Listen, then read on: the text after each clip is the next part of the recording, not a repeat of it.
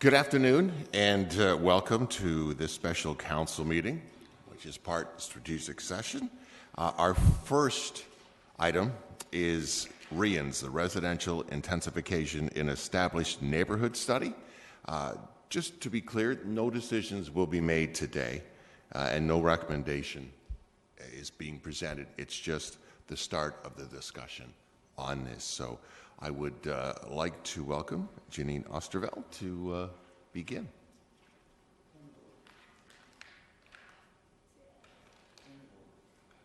Okay. Good afternoon, members of council. Just one moment. We have a point of order. Thank you, Mr. Chairman. I just want to mention to everyone here that before you start on this presentation, which I had an opportunity to scan over the weekend, and it looks like a great document with tons of information. We only had 48 hours to digest it, and I haven't even had a proper opportunity to go through it page by page to really understand what it's all about with all the details and all the information, and still try to provide a constructive comment or opinion. I'm just letting you know now. I don't know how the other members of council are, but only having it, I mean, if it was only 3-4 pages, that'd be fine. And we've got 110 pages of tons of detailed information that I have not been able to digest and provide a response. So I thought maybe you may want to take that into consideration as to where we go forward on this, and anybody else who may have a comment. Okay, thank you. Okay, Janine? Okay, thank you, and I appreciate your comment, Councillor Yanetsky. We wanted to bring the report forward as the first opportunity to put together this large body of research and bring it forward to council, and it is actually then the beginning of the conversation with respect to these details. So there will be, the great thing about this meeting is it is that first conversation where you can give us your initial thoughts or even questions that you have going through that initial review of the report. There are some key areas. The executive summary is one, as well as the large summary table at the end, which are good places to start in terms of that review.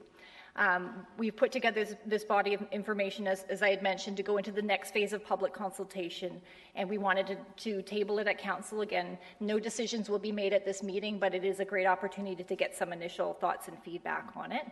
Our consultant, Meridian Planning Consultants, will give more of a detailed presentation. They'll give you a high-level overview of what's in the report, which can help trigger some questions as well. And then we have 2 key areas that we're looking for feedback on, and we'll run through those through this council strategy session as well.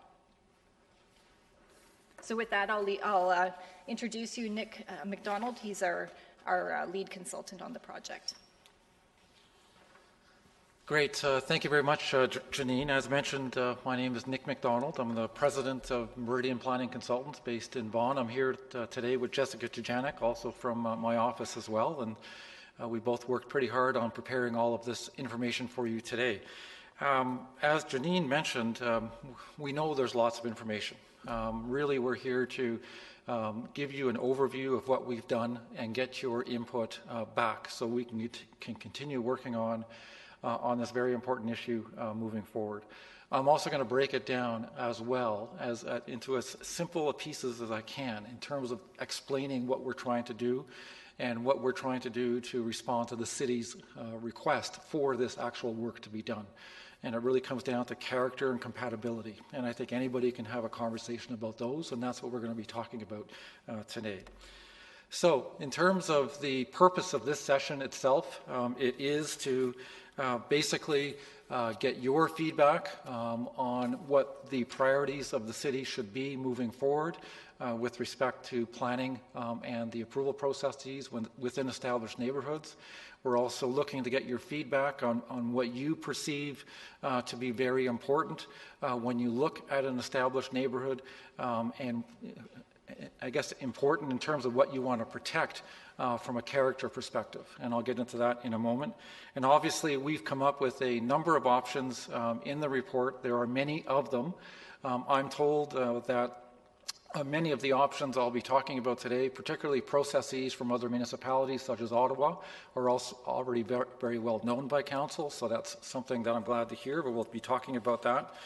And certainly whatever comes out of this study will have significant impacts on how development occurs within your established neighborhoods. If a new process is established, that means new application fees, that means processing time, that means complexity, and so on and so on. If we establish new rules, that means there are more rules to comply with, more things to think about, more minor variances potentially, and so on. But all of these things also have a positive at the end of the day, and that positive is making sure that whatever is happening in these neighborhoods is as compatible as possible with what's already there. So that's the big trade-off that we're going to be talking about today. And certainly whatever we do also has an impact potentially on the feasibility of even applications for development in these communities as well too, and that's something I'll come back to.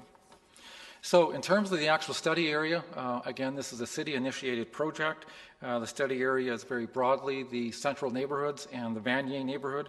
Of course, our focus is only on the low-density residential neighborhoods within those two areas, not on the corridors, not on the urban growth center, not within the area around the rapid transit stations that are being developed and so on. It really is on the low-density neighborhoods. So the report itself has three basic parts to it. The first part deals with background, obviously identifies what the purpose of the study is, and quite frankly and quite simply, that purpose is to identify options for the city's consideration in terms of rules that could be applied or changed in these neighborhoods, or whether new processes should be established to govern and guide development in these neighborhoods. Those are two big things we're looking at. So there's a bit of a discussion on the study process. The second part of the report looks at the trends respecting intensification in the city already. Before we were retained, the city went out and looked at all of their applications for building permit and rezoning and so on, and tried to figure out where applications were being submitted, what kinds of applications were being submitted, and so on, and that's summarized in the report. We certainly looked at the zoning bylaw that applies within this neighborhood, these neighborhoods. And as you'll hear later, the zoning bylaw is fairly permissive in terms of what is permitted in these neighborhoods. And while there are rules in the bylaw that control height and setbacks and so on, there are no rules that probably are much more common in other cities with similar neighborhoods. And I'll talk about what those are and what they could be here in Kitchener as well.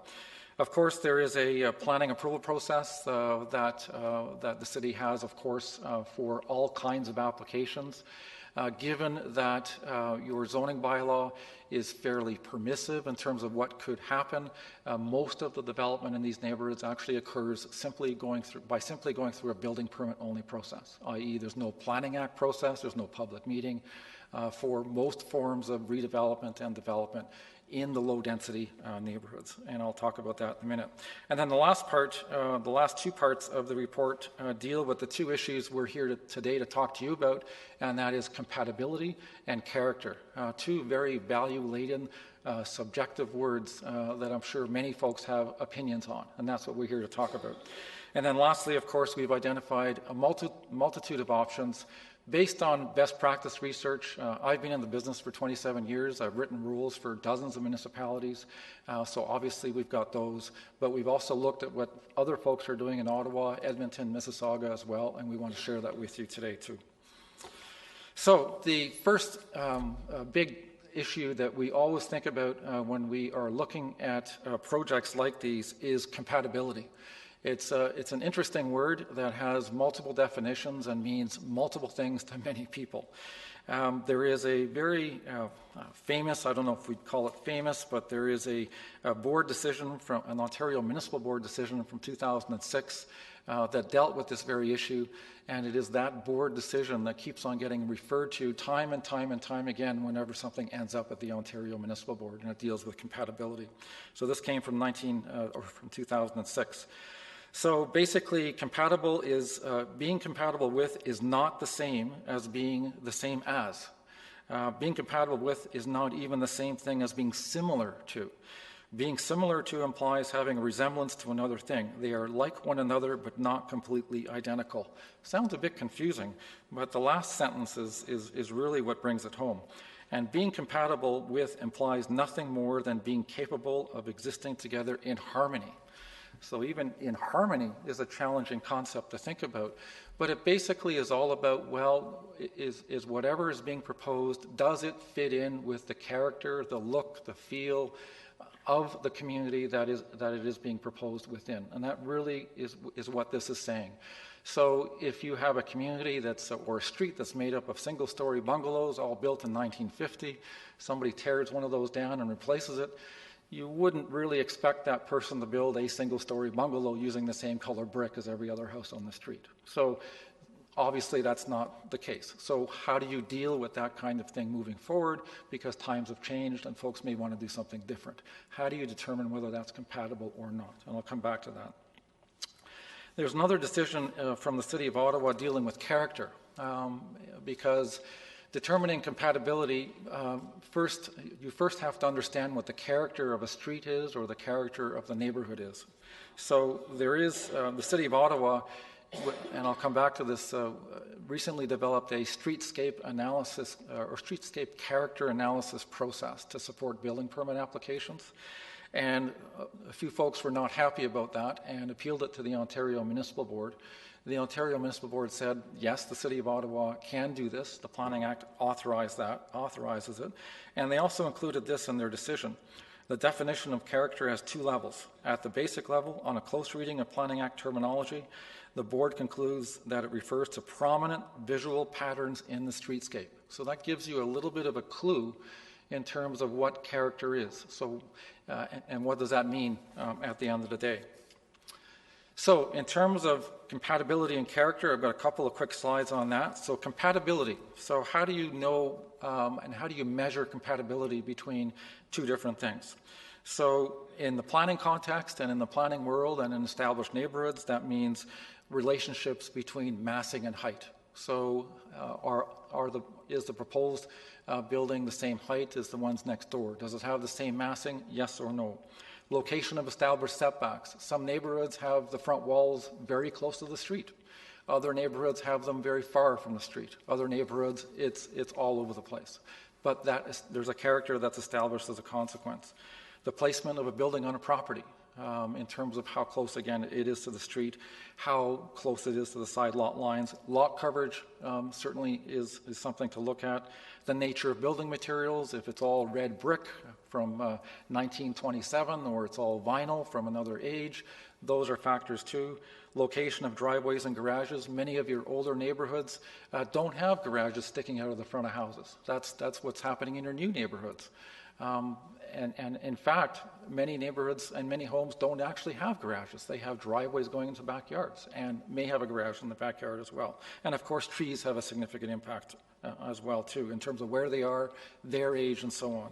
So those are some of the things that we think about when we're trying to determine what is compatible with each other. And lastly, as I mentioned, to understand and determine compatibility, you also have to understand the character of a neighborhood. And basically, when we talk about character, you're basically looking at what are the defining elements of a neighborhood. And I've already given you a couple of examples. If a neighborhood is all straight bungalows, well, a defining element of that neighborhood is that they're all single-story homes. So that becomes a defining element. But there are other things that help us define that element as well. Lot sizes and lot frontages. Lots of neighborhoods have the same exact lot frontage because they were developed by way of plan of subdivision many years ago, and there's a lot of consistency. Some neighborhoods aren't developed that way, and every lot has a different size, and that obviously poses some challenges. With the building itself, you've got the size of the building, you've got the location of the building on the property, its orientation in terms of where it's facing, the materials that are used, and so on. And then, of course, you have architectural style. one of the most difficult things to control and regulate through a zoning bylaw or through a Planning Act process. But quite often, at the end of the day, most people will look at something and say, well, it looks like the height and the massing is similar, but I really don't like the color of that building. I don't like the way the windows are treated. I don't like the roof style. I don't like this. I don't like that. And that's what sets apart that building from the rest of the street. And that's a pretty challenging one to deal with, but we'll get back to it. Obviously, the age of the neighborhood has an impact on character as well. The older the neighborhood, the more susceptible that neighborhood is to there being impacts on compatibility when something new is proposed. Particularly if someone tears down an existing house and replaces it with a modern house. Right off the top, that modern house is going to look different than the older house on that street. Is that a good thing? Is that a bad thing?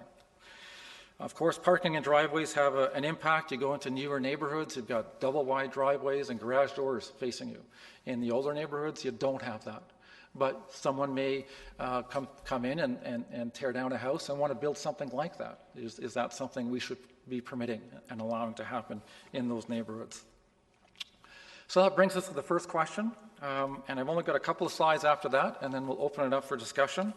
And the first question, and I'm going to come back to you, and I'm just leaving this with you so you can think about it as I go through the rest of the presentation, is we're looking for your input on what you think is important for us to measure or think about when we're looking at compatibility. So what is top of mind around this table in terms of the things we should be looking at and what those priorities are? Is it building height? Is it building materials? Is it building setbacks? You know, is it the parking of cars? Is it the width of the driveway? There are a whole host of things that happen when a house gets developed that we have to think about moving forward. And we're going to be asking for your thoughts on which of these, or ones I haven't even mentioned, are the most important in your mind. And as I mentioned, I'll come back to this. And on this particular slide, you'll see all of the things I've already mentioned as ways and means of measuring compatibility and character. So with that being said, we did identify a number of options, and the bulk of the report deals with those options. And as Janine mentioned, we're not asking for decisions, we're not asking for recommendations, we're looking for your gut reaction to the options that we're presenting and identifying. We still need to do a lot of work on refining these, going back to the public. We have stakeholders to talk to and so on, but we wanted to get your gut reaction on some of them before we do that. So there's a list here of possible options. Firstly, obviously changing your zoning bylaw and adding rules or changing rules is one of them, and I'll come back to that. We can update, the city can update its official plan to provide more direction on compatibility and character. The city could also update its urban design manual to provide more direction on development within established neighborhoods. The city could also change existing approval processes. So, for example, applying site plan control to single-family homes, changing notice requirements, or implementing your recently completed cultural heritage landscape study. Or you can develop a brand new process, and I'll come back to that again, but that's the Ottawa process I was talking about very quickly. Or you can establish a development permit system, and I'll explain what that is in a moment. And then lastly, and city staff are already going to be doing this anyways, but there are plans to increase public awareness about compatibility issues, of the approval processes, and so on in these established neighborhoods moving forward. So with respect to the zoning bylaw itself, every city has a zoning bylaw, and some zoning bylaws are more complicated than others. The City of Kitchener's bylaw is fairly recent compared to some older ones, 1994, but it has been updated from time to time. And we've identified a number of different ideas for consideration, and I'll go through them very, very quickly. So, for example, your bylaw currently doesn't have a lot coverage restriction in your lower density neighborhoods.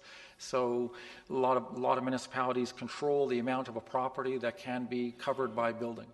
And actually, sorry, you already do have that in this city. What we were suggesting is that those restrictions be made more restrictive. So, for example, instead of being 45%, it could be 35%. And we've identified a number of ideas. The minimum front yard setback, there is a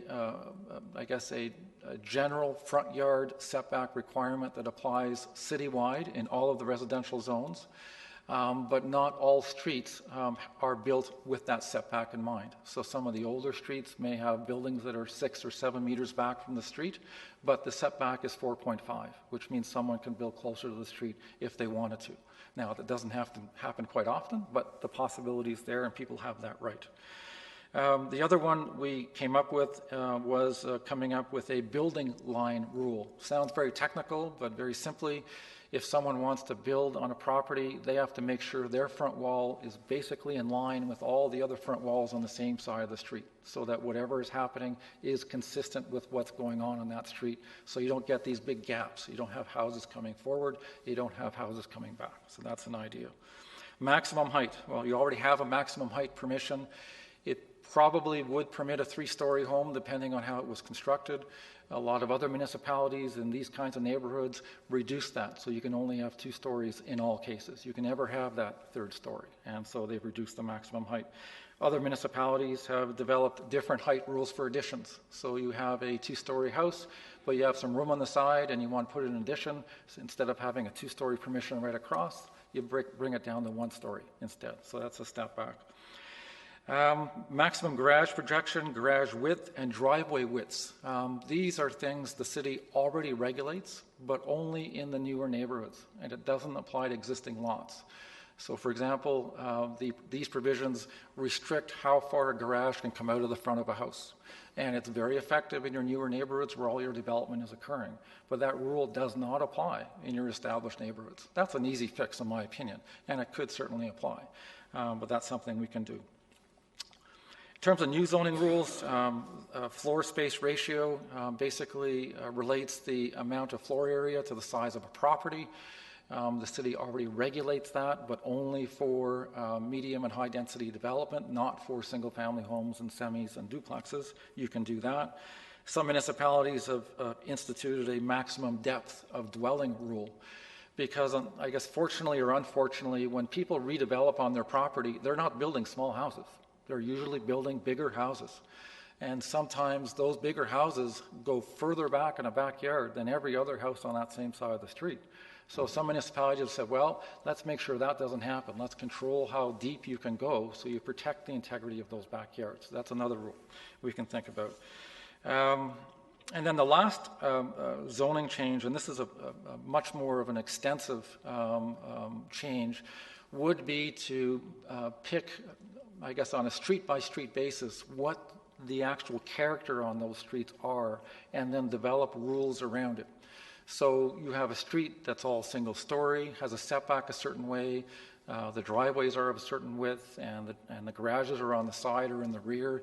You develop rules that basically say, well, if somebody wants to knock down one of those, they have to rebuild in accordance with what's happening already on that street as a general principle. A lot of work is involved in doing that kind of work.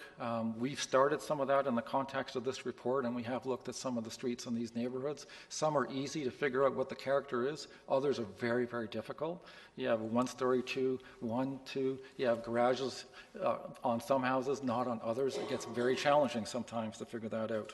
But that's something certainly we can look at, or the city can look at moving forward. The one message, though, is the more rules you apply, less flexibility. It means more checking. It means more processing time, potentially, depending on the complexity of the rule. So that's always the trade-off. Only a couple more slides. So updating the official plan is always an option. Certainly the official plan can also identify character areas and establish specific rules for those areas as well. And that policy direction makes its way into the zoning bylaw. So that's certainly something that could be done. Updating the urban design manual, there already is quite a bit in that manual about development generally in the city, but it probably could benefit from some additional guidance on how to deal with applications in your established neighborhoods. The one thing, though, to keep in mind is that the official plan and the urban design manual doesn't really have much of an impact on development and redevelopment unless there's a Planning Act application associated with it. If somebody requires simply a building permit, you don't apply the official plan to a building permit application. And that's one of the challenges we have moving forward, is that statutorily we can't. If someone complies with zoning, and that zoning bylaw says you can build in this little box, well, that person can build in that box, and there's no way to sort of control the look of it because there's no other process that we can apply and be a little subjective and discretionary with. So we'll come back to that. Changing approval processes. So right now, the city does not apply site plan control for single-family homes, semi-detached, and duplexes, but applies it to every other dwelling type. And it's an authority that's generally delegated to staff, but basically that process allows for the subjective elements to be considered in terms of building placement, in terms of making sure whatever is being proposed relates very well or as close as possible to what's on the next property. But in the absence of having that site plan control tool, you're not able to force a landowner to build in a certain way on his property. City of Mississauga went through a process some years ago. They identified all of their established neighborhoods and then instituted site plan control. It obviously increases the number of applications that are being processed by staff. It increases the time. There's an application fee involved with that, but that's how they've responded to the issue, and that's how they are dealing with compatibility issues on a case-by-case basis moving forward. Other things too, some folks are always surprised when they see something happen next to them. They might be living in a neighborhood and everything looks the same for 20 years, and next thing you know, a house is being torn down, or someone has received approval for a new lot, or they've gone through a minor variance process, and so on. There are things the city can do with its notice requirements to make it much more apparent when changes are being proposed. So, for example, with consents and minor variances, the city notifies the public through a newspaper and mails things to folks that are nearby, but there's no sign put on the property. Maybe the sign should be the primary way of advising people that something is happening. And also, if you apply site plan control doesn't require a sign to be placed, but many municipalities say put a sign on that property so you can see that a site plan application is being submitted, and that guy can call City Hall and ask what's going on. So those are things the city can consider as well. And then lastly, with the cultural heritage landscape study, that's a much more involved process, but it may end up with new rules in your official plan. It could end up with new heritage conservation districts and so on. So those are things to look at too. And then lastly, it's the new process for some or all of the study area. So this is the Ottawa example. So basically in the city of Ottawa, the zoning bylaw is written in a certain way that applicants are required to carry out a streetscape character analysis to support every building permit application. And essentially, the idea is that as part of that analysis, you look at all of the other buildings in a defined area, and you identify what the character of these buildings are in terms of their height, their widths, how they face the street, how are they dealt with from a garage and driveway perspective, and then they come up with a basic idea of what that character is, and then that character determines what rules apply on your property. It's a very involved process. It's a very different way of doing things. But it did go to the Ontario Municipal Board, and it was supported by the Ontario Municipal Board. But certainly doing something like that changes the way many applications are processed and will obviously add time to the processing of applications as well. And I certainly think that there will be resourcing issues as well. It's a new process in Ottawa. I think the jury's still out on whether it's an effective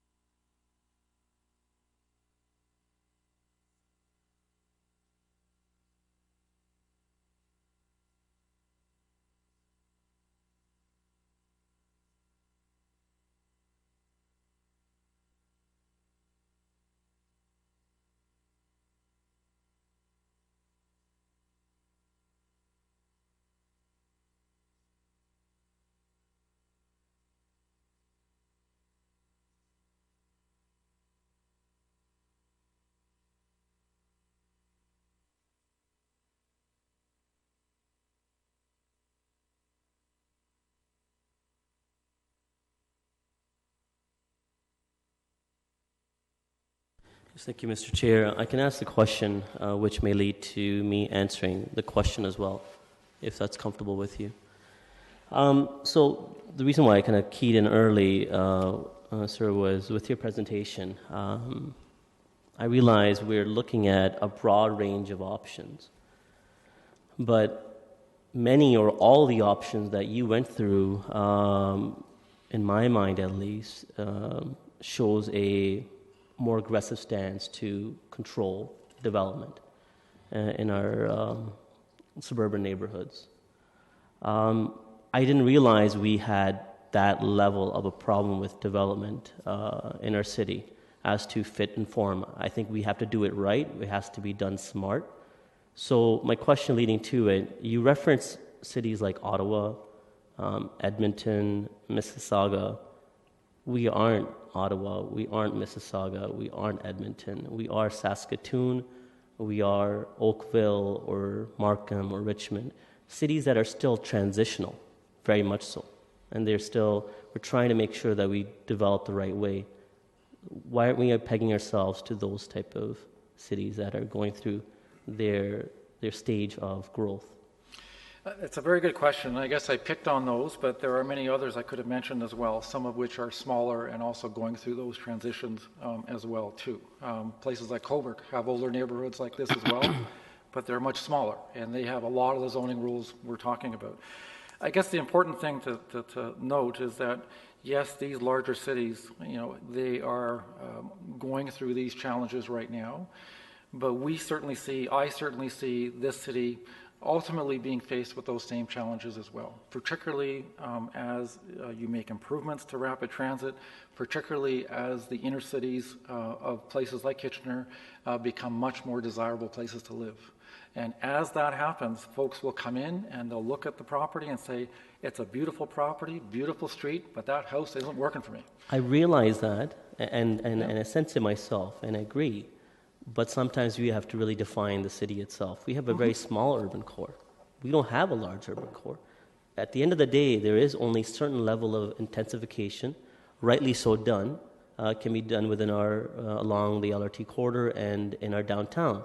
And some of that growth will have to push out. Or the alternative is more suburban and continuation of green development. And that's not necessarily something that we want either. Right. So have we started assessing, looking through the lens as part of the review and input, that it has to be balanced? It can't be too far-reaching either? Maybe. Well, that's an excellent question, and I think ultimately it's going to be up to this council to decide on where that balance lies. And I'm not here today to suggest one way or another which way to go. All I'm doing is saying, here are all the things you can do. Which ones do you think make the most sense? Which ones go too far? Which ones don't go far enough? And really, it's those kinds of opinions we're looking for right now. And finally, I apologize if my comments is more challenging, but the presentation gave me an impression that there was a certain mindset in the direction perhaps the staff are receiving from council, and I wanted to make sure my comments are known on that. So answer to the question that you laid out, and through my question, I think I gave example of my impression on this. I think the growth, the way we control it has, and again, you have to control to ensure that it's done right. Not control that you limit it or you prohibit it or it shouldn't happen, but it has to be done right. But it has to be allowed at the same time. For me, in my mind, building architectural style probably is the more focal point as opposed to anything else that's listed on there, and the character, land use compatibility.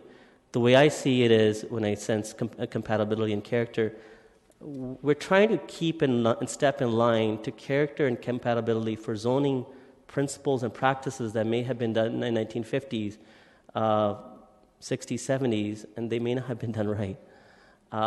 Same example, if you have many kids and you love them all equally, but they may not be all smart the same way. So we have a lot of planning policies in the future, in the past as well. So that's not, we have to continue on mirroring the same style. So I think architectural style may be keeping in tune to building materials, but as far parking, driveway, or lot size width, I think that needs to change. And on your, this may be stepping forward, but development permits may allow more control but flexibility as well, basing each proposal separately instead of have overall policy.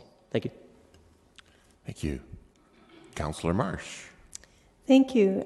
Thank you again for your presentation. I just want to ask, can you explain a little bit more about the example from Edmonton, the development permit that Councillor Singh just referred to? How is it discretionary and subjective? I didn't catch exactly what you meant by that. Because there's so much information to share, I can't get into details on everything, but it's an excellent question. So development permit bylaws are structured such that you develop basically an envelope of rules that apply in a certain area. So that envelope says, okay, your maximum height could be between 8 meters and 10 meters, but it depends on what's happening beside you and across the street. So in a circumstance where everybody's got two-story houses, building another two-story house is not that big a deal, even with an aggressive roof line. But if you have a whole bunch of one-story bungalows in the area, it may be a bit problematic. So you would apply the lower end of that standard in that case. And then in a place where you can do 10 meters without a problem, you apply the higher end, and that's the discretion. And that's one example. So, okay, so what's implied in that then, from my understanding, is that it would be very much like looking at the establishing a character analysis of a streetscape. Yep. You'd still have the staff people having to compare the proposal to the rest of the street. So how is that different? It's not different. I guess what we were doing is identifying different ways of getting to the same place using different rules. So a development... Is one less onerous than another on staff time? I think both have the potential of having a fairly significant impact, only because you then have to assess what's happening around that property in making a decision on what should happen on that property. Yeah. And that becomes something staff has to deal with on probably a daily basis, depending on the number of applications you get. Yeah, and so you did refer to the fact that these permits would have a fee attached to them. So would we be able to make it so that the fee allows for additional staff resource time to cover the cost and make it a break-even scenario? The only type of fee that's allowed to be cost recoverable like that is the building permit fees, and that's what happens today. With other fees, basically you're allowed to charge fees that represent the cost of processing that application. Generally speaking, municipalities would not include the hiring of a whole bunch of new staff in the fee structure. However, that's more a political decision than a planner giving you a recommendation. But if you are going to be establishing a new process with fees, at the same time, you don't want those fees to be so high that they actually make applications less viable, or people don't even come to the city to improve their property, right? So there is a trade-off there. And when you're dealing with smaller scale development, generally speaking, municipalities reflect that in their fee structure, and the fees for doing something that is smaller scale are always less than they would be if somebody's doing something of a larger scale, only because you're recognizing that it's one guy or he's a homeowner, sure, as opposed to a developer. Okay, so personally, I really like the developing a streetscape character analysis for the streets, but I'm wondering, in your view, wouldn't we see that a development application would trigger a new streetscape analysis if that street didn't already have one, rather than having to create a whole inventory just in case? Or like, how would you see that happening? Well, it's a good question, because today folks can rebuild existing dwellings, of course, on their properties, but they can also intensify in accordance with current zoning. Mm-hmm. So unless there's a way to prevent that person from exercising their zoning rights, no, you can't automatically require that kind of analysis. So that's why the upfront work has to be done to understand what the character is to establish that process. You can't do it in a reactionary way. You have to do all the upfront thinking about what the character is in the first place, what the rules should be, and then when folks come in with applications, you apply the rules. as opposed to just waiting. And that's why a lot of work is involved. It does take time to figure out what these rules should be. And because you're dealing with very specific rules, you will also get many, many different opinions from many of the people affected, because they're going to say, well, what are you doing with my rights? What are you doing with, how come I can't do this that I can do yesterday? So it's a very intense discussion. I think it's a valuable discussion, but it's something you have to do up front before you can ask people to do it for you. Okay, thanks. Okay. I'm out of time, but I'll have more comments Sure, as we and go. we've got the second question to come around to, too. Thank you. Councillor Galloway-Sealock. Yeah, I don't have any questions of the presentation. I think you've done a lot of great work here to get the ball rolling and understanding we're in the early stages of things here. Just to answer the question, for compatibility, I think for me the first three are what should be focused on, so massing and height, the establishment of setbacks, and the placement of building on the lot. And then for character, my focus would be around building, so the size, location, orientation, and materials. Those would be my where I would come from that perspective. I will wait until question number 2 to give you my feedback on the rest. Councillor Yanetsky.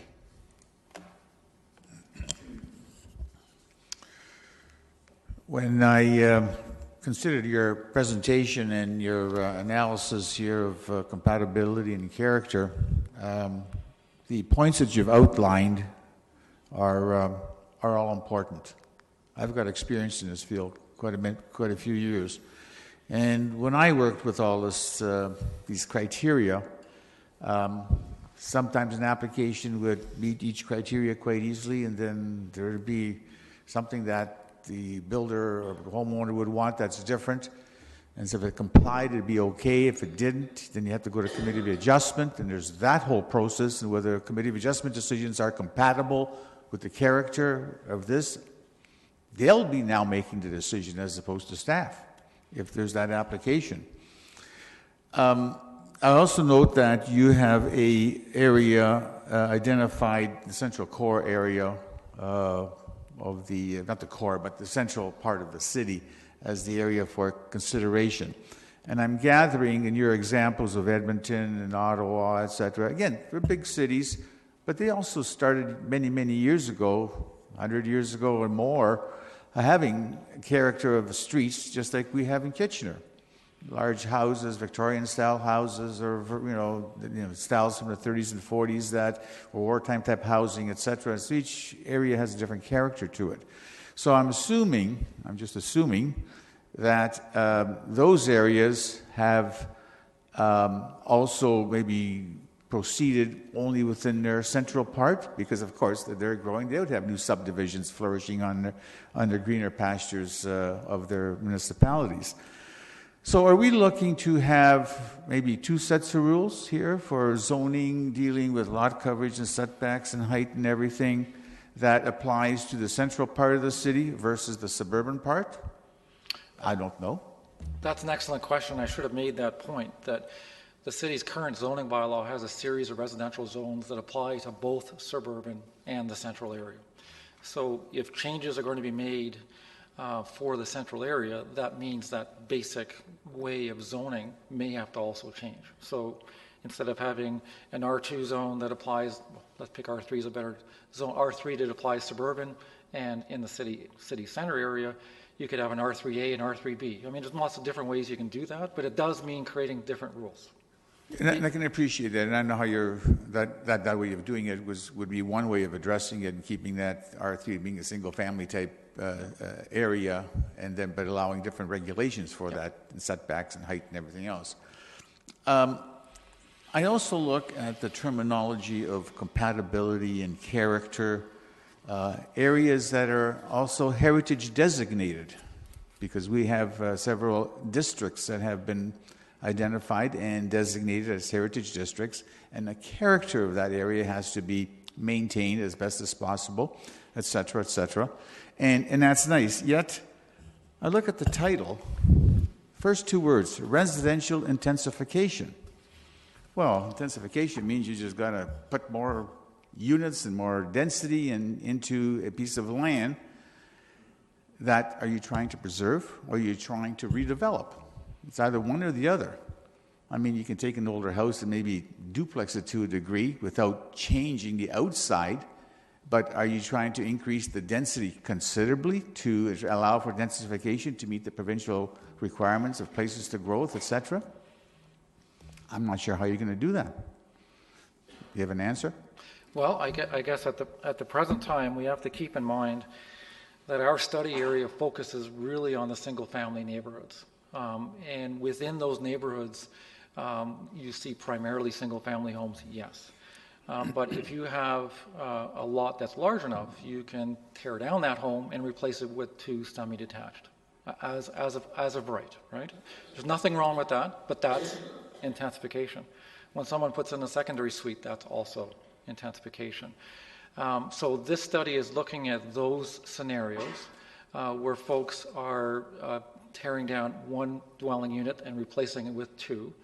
We're also looking at scenarios where folks are just simply replacing the existing home with a brand new home. And we know from experience that newer homes are generally going to be bigger and larger than the older homes that they replace, generally speaking. Obviously, there are exceptions, but that's what we've seen all around the Toronto area, where I have a lot of experience. So we're looking at that as well. That's probably not characterized as intensification per se, because it's 1 unit for once, right? So you're not adding a unit.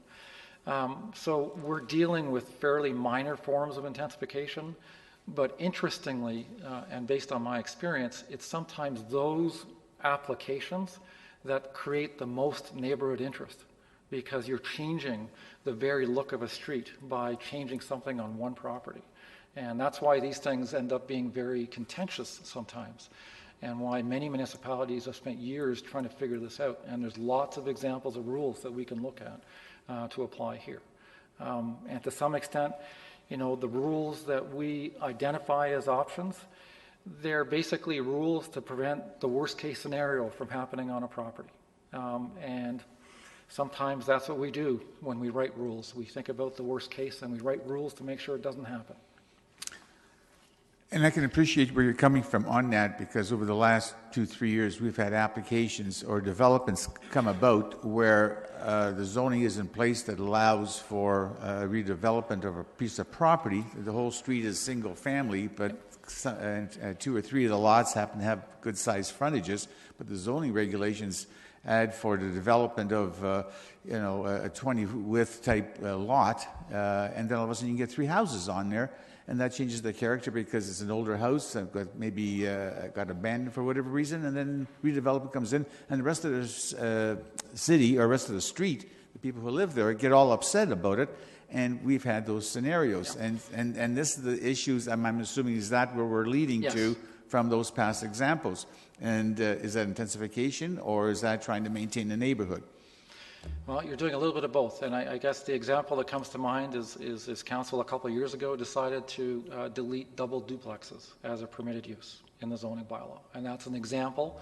That's a reaction to the very issue you're talking about there being something proposed that really didn't work where it was proposed, so you changed the rules so it couldn't happen again. So that's an example of the types of options that we're identifying. I guess my time's up. Okay. Thank you. Councillor Hetherington. Through you, Mr. Chair. Thanks for coming in, Mr. MacDonald.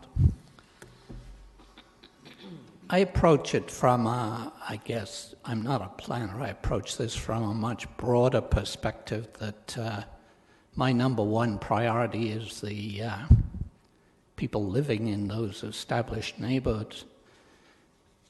When I skimmed through this report, I'm hoping that I will see as we progress with this more contact with the public, more community engagement.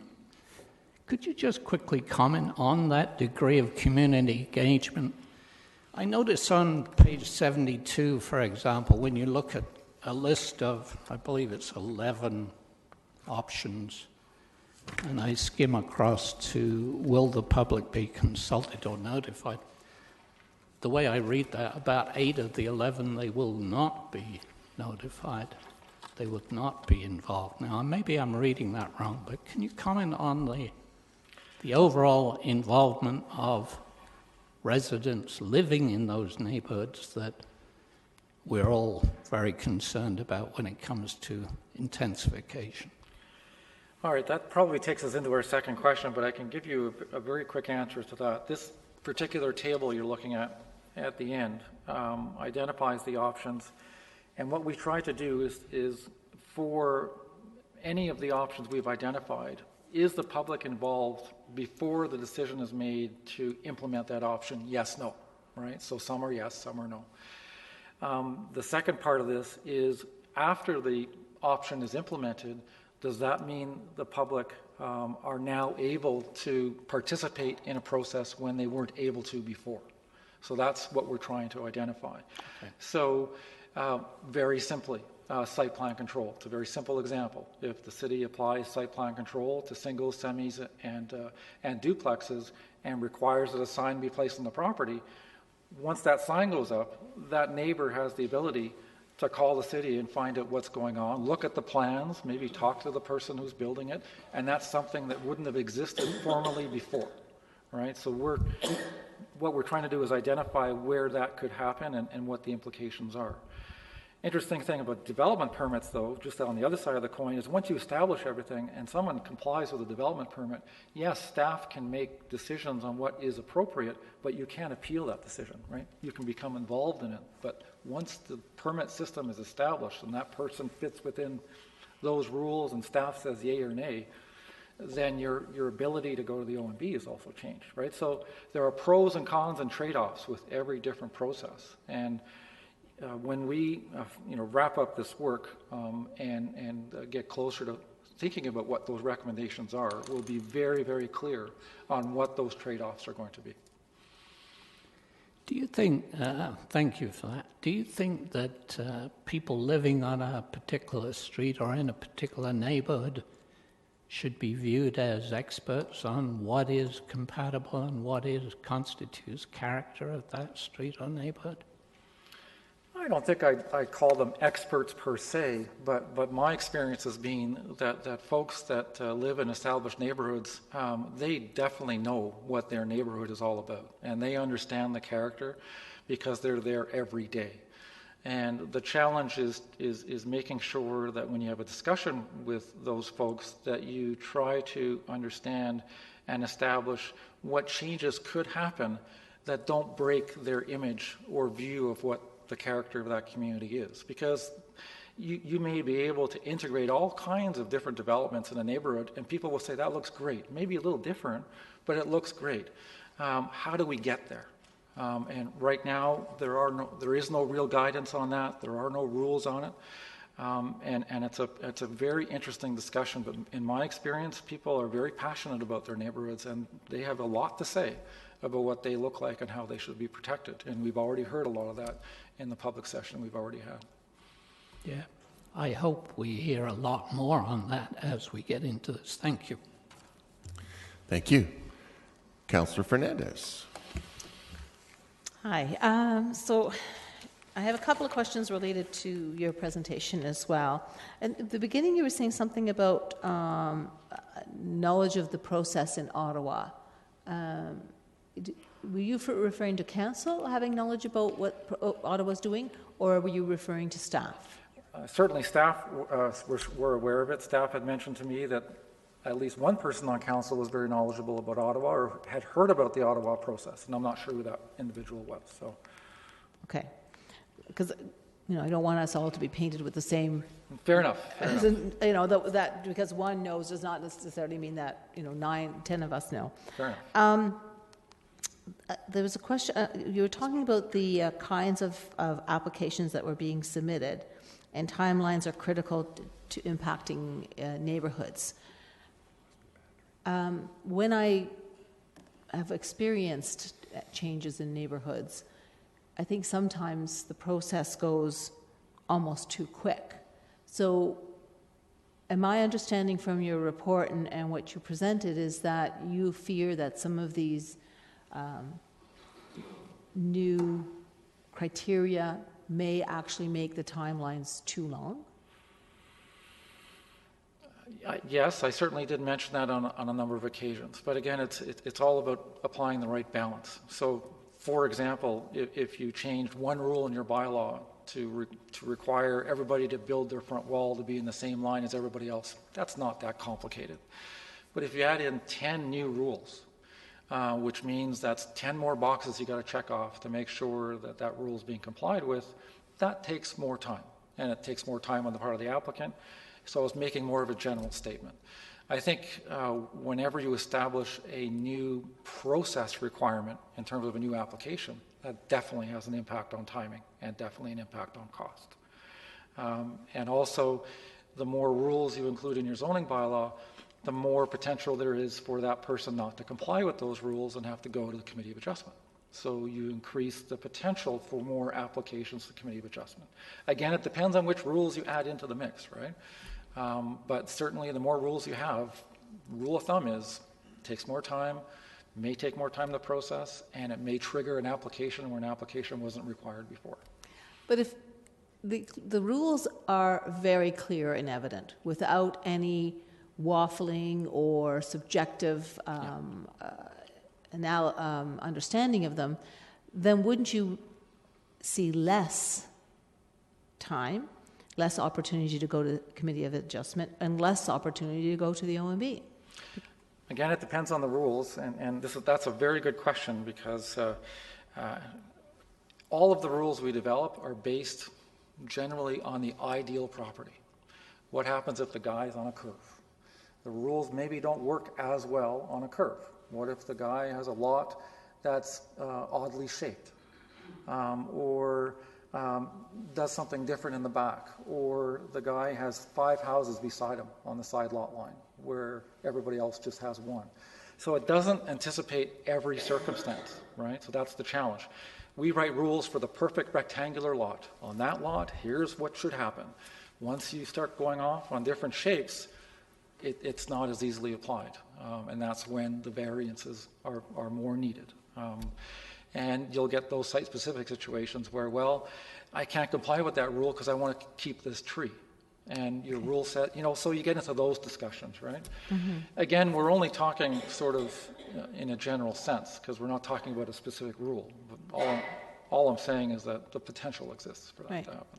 Okay. So I think that I really like the concept of the streetscape, because I think it does include a lot of the land use compatibility criteria that you've listed here. But one thing that's not listed here, and most staff and council will know that this is sort of my concern for me always, is the environmental impact. You talk about the location of the tree, but depending on where a perfect example I'll give you is a small wartime house on a large lot. Now we're looking at a 4-story building with a parking lot, and the impervious cover is, I don't even want to count, what multiple of what the original site was. That has a definite environmental impact in terms of the runoff and shade and all that other stuff. So I think that needs to be in here somewhere, and I don't know exactly how you could. I mean, I'm thankful that you put in location of trees. That may preserve some trees. I'm not sure if that's exactly what the criteria should be named. When I look at all of the compatibility land uses, I have to say that I would really like us to consider just about all of them.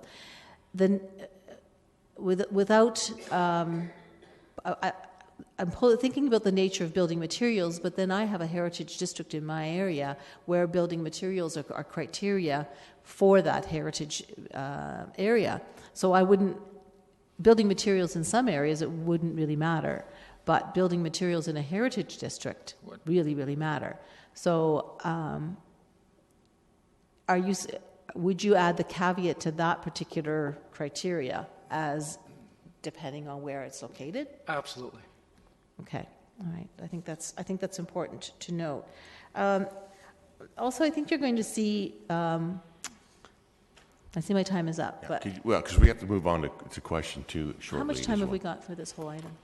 We've got until 2:30 for this presentation, and we still have to get to the second question. So, Okay. Councillor Marsh? Thank you, Chair Schneider. So, couple of, can you put it back to the previous slide, please?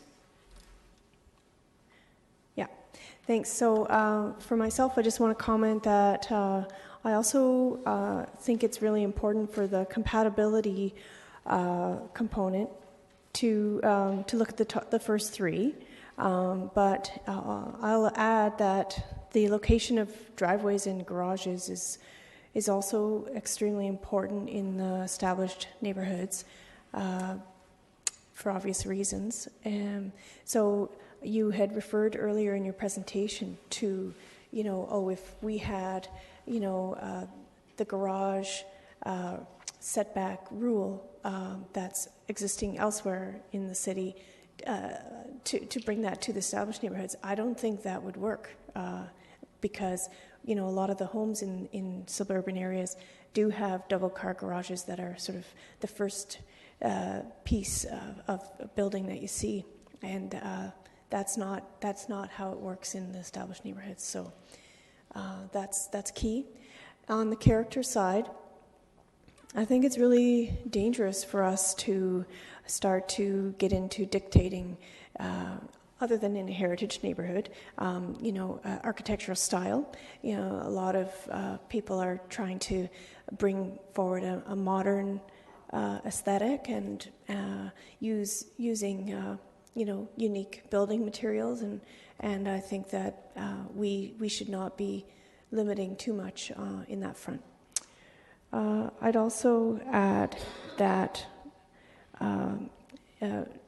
we are talking about established, mainly single dwelling houses that will perhaps be having more duplexing or additional units included in them. And so when the land use is no longer owner-occupied, I think that should be a ticky box on the application at some point, just so that it's clear to everyone involved that this is an income property or whatever we define it as, rather than an owner-occupied dwelling with perhaps just an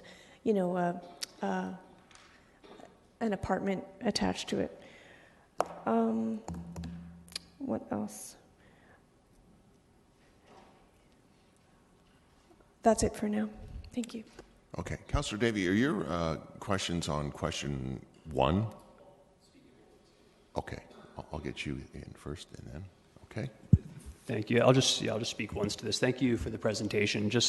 I wanted to, no questions, just a couple comments. I think that most of this is very appropriate. I think the one area that does concern me is the staff resourcing component in whatever we implement. So I guess I would like to see some sort of perhaps a range, to lessen the likelihood that these things will be appealed. Instead of setting hard rules all the time, like a building line, for example, is there a flexibility in there that we can build in, whether it's 1 meter or 2 meters, I leave that to be decided. I also wanted to comment on the idea of the architectural style versus, not versus, but sort of in the same vein, the building materials. I think there can be some flexibility, as Councillor Marsh indicated. My concern too is stifling some creativity. Like, I know you don't want to totally disrupt the neighborhood, but by the same token, you don't want to. I guess in the newer subdivisions, what concerns me is sometimes I'll go down a street and every house is identical. It's absolutely identical, and it's not something that I can appreciate. So if there can be examples where there is a more modern style, so it's sort of controversial in terms of the architecture, but they go out of their way to make sure that a lot of the building materials are very complementary to the surrounding neighborhood. I think it should be more of a sliding scale than say it has to be this and this. Thank you. Okay, thank you. Moving on to question 2, which is table 26 on page 72.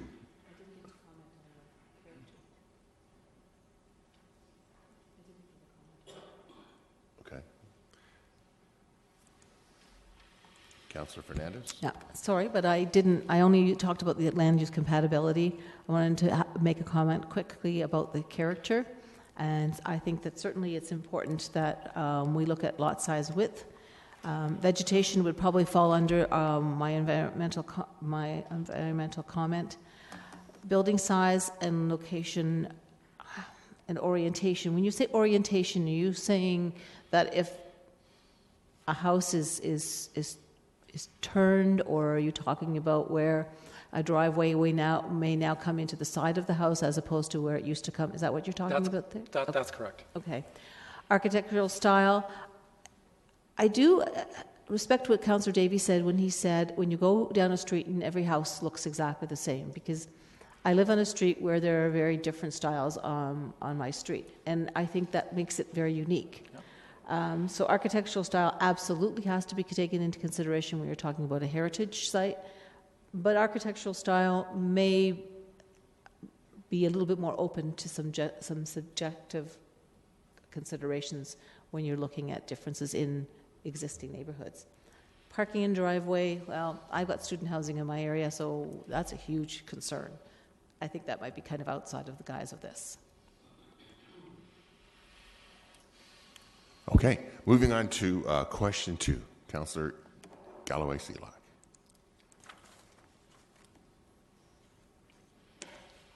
I just want to be clear from my first comments that I picked the priorities for me. I didn't say any of them weren't important. I think they're all kind of important to still look at and address, but those were the top priorities for me.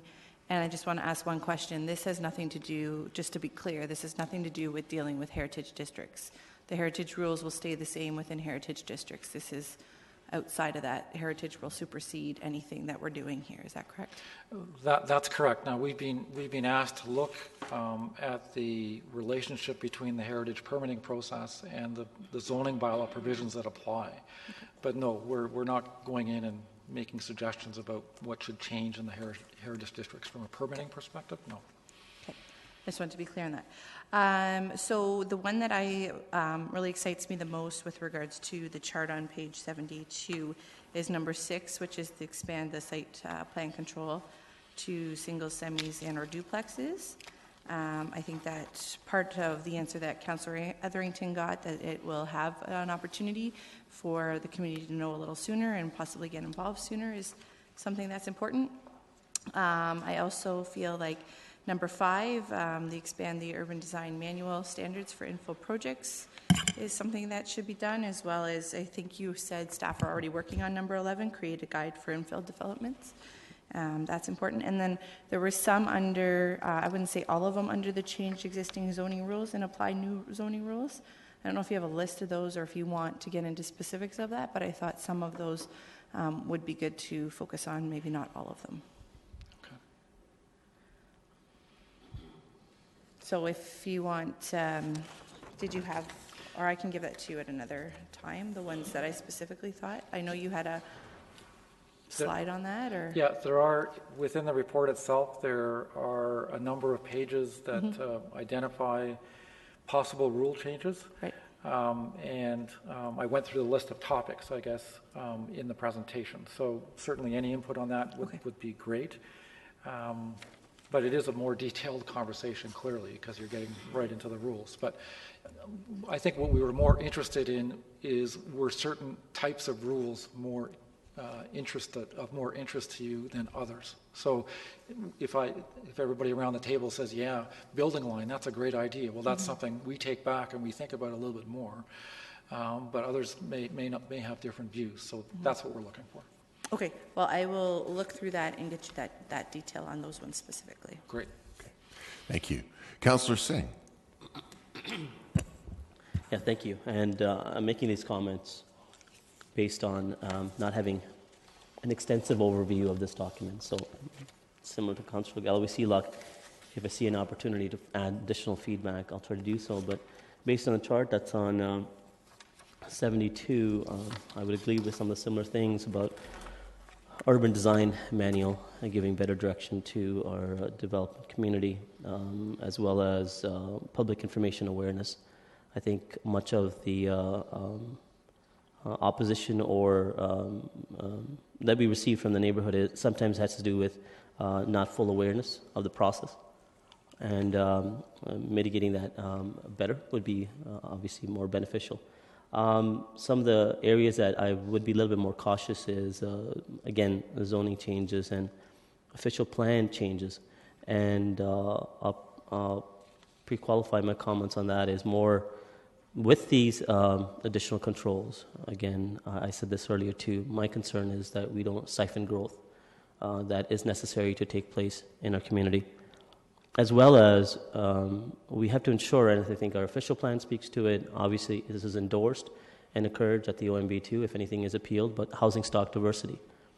If much of the controls that we talked about or are talking about today ends up really focusing and relating to a compatibility and conformity into a neighborhood, well, you're really saying that you don't want diversity in that neighborhood. And it's not necessarily diversity of housing stock, but it's diversity of the economics of what is affordable in that unit. I don't want our city to grow in a way that we have ghettos, because we don't allow any type of development to take, or we limited development to take place, and certain areas has a lot more density, and that's where the more affordable housing units may be. You want it to take place sensitively throughout our community, so that would be my concern with that. Thank you. Councillor Marsh.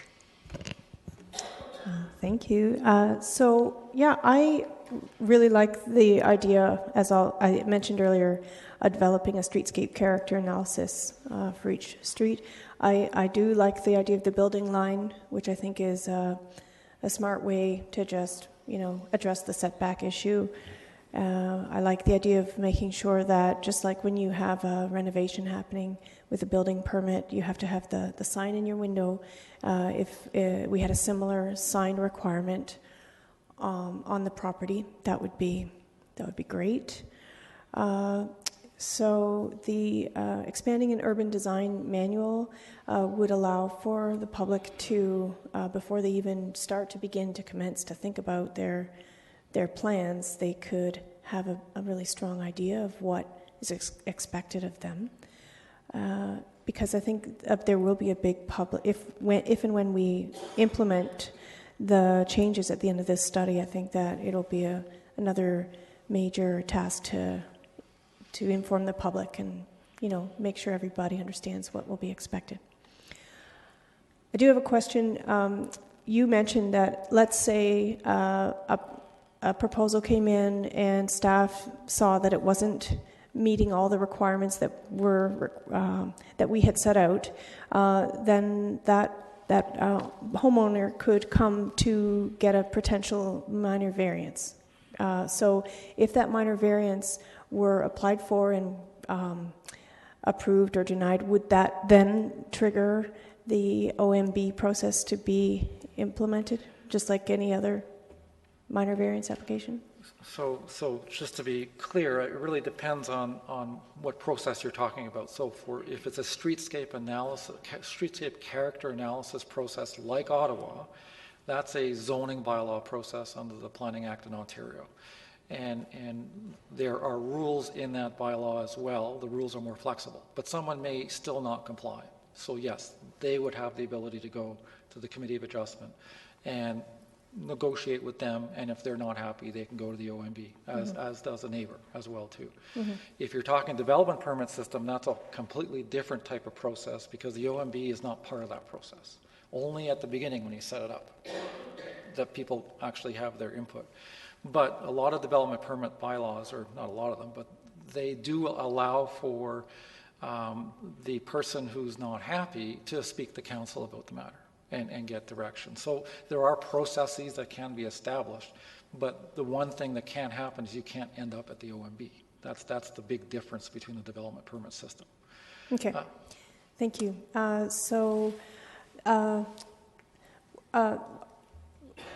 As part of another planning study that we're doing, looking at zoning for intensification, not in established neighborhoods, we're looking at ways to bonus floor space ratio, and one of them would be affordable housing. as an amenity. So would this be a type of way to get to allowing for us to increase the amount of affordable housing in established neighborhoods if we were to adapt a little bit of flexibility in the case that an affordable housing unit were being added to an existing home, for example? That's a good question. I guess we weren't asked specifically to look at that. I would offer, though, that anyone developing a secondary suite could probably argue that secondary suite's affordable if they're going to be renting it. But that's my impression. It's a good question. We haven't been asked to look at that particular issue. Doing that in this kind of context means you have to establish rules that you would allow someone to break if they did something, right? So that's a completely different way of thinking about it. And they don't usually apply those kinds of rules in these kinds of neighborhoods. It's usually along the major roads when you're having a lot of discussions about how high should you go, and that's where the bonusing discussions usually happen. But it's a good point. But we're talking about creating rules in established neighborhoods, that's right? A very good That's point. In the end, there will be rules to follow, right? So anyways, just something to flag as an idea to consider. I'm not directing you to do that if it's not in your scope, but it's just something to consider. Okay. Thanks. Thank you. And Councillor Fernandez. Thanks. So as I'm looking at the summary of options, a couple of them I have a little bit of concern with the fact that there seems to be less opportunity for public input. That's 1, 2, and 3. Anytime that something changes in somebody's neighborhood, and you said yourself, when you answered Councillor Etherington's question, they do understand their neighborhood. They do understand what's happening, what the streetscape is, how people use their neighborhood, their street, their area. So if we are making some changes to 1, 2, and 3, I think that we have to make sure that there is more public input. As far as urban design, I understand that really it's something that our urban designers would be looking at, and I think that they would be reflecting on what the neighborhood looks like now and what would add on to that. 6 is a very important one for me as well, as noticed policy changes for the Planning Act, and this is talking about signage.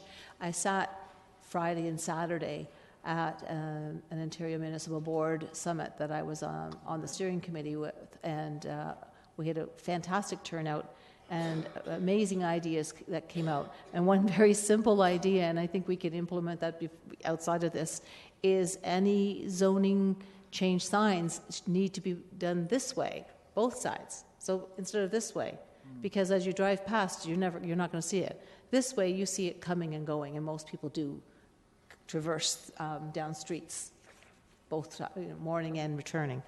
Implementing a cultural heritage landscapes, again, as a very strong supporter of cultural heritage landscapes, I do think that we need to take that into consideration, but I don't know, when I'm thinking cultural heritage landscapes, it isn't necessarily part of infill. I mean, I could stand corrected. Staff could say, well, no, actually, Councillor Fernandez, there are cultural heritage landscapes within these areas that we're looking at. I really do, right off the top of my head, as I said, I'm thinking about Rockway Gardens and Victoria Park, which are 2 cultural heritage landscapes. I also strongly support the idea of the streetscape character. I think that really pulls everything in together.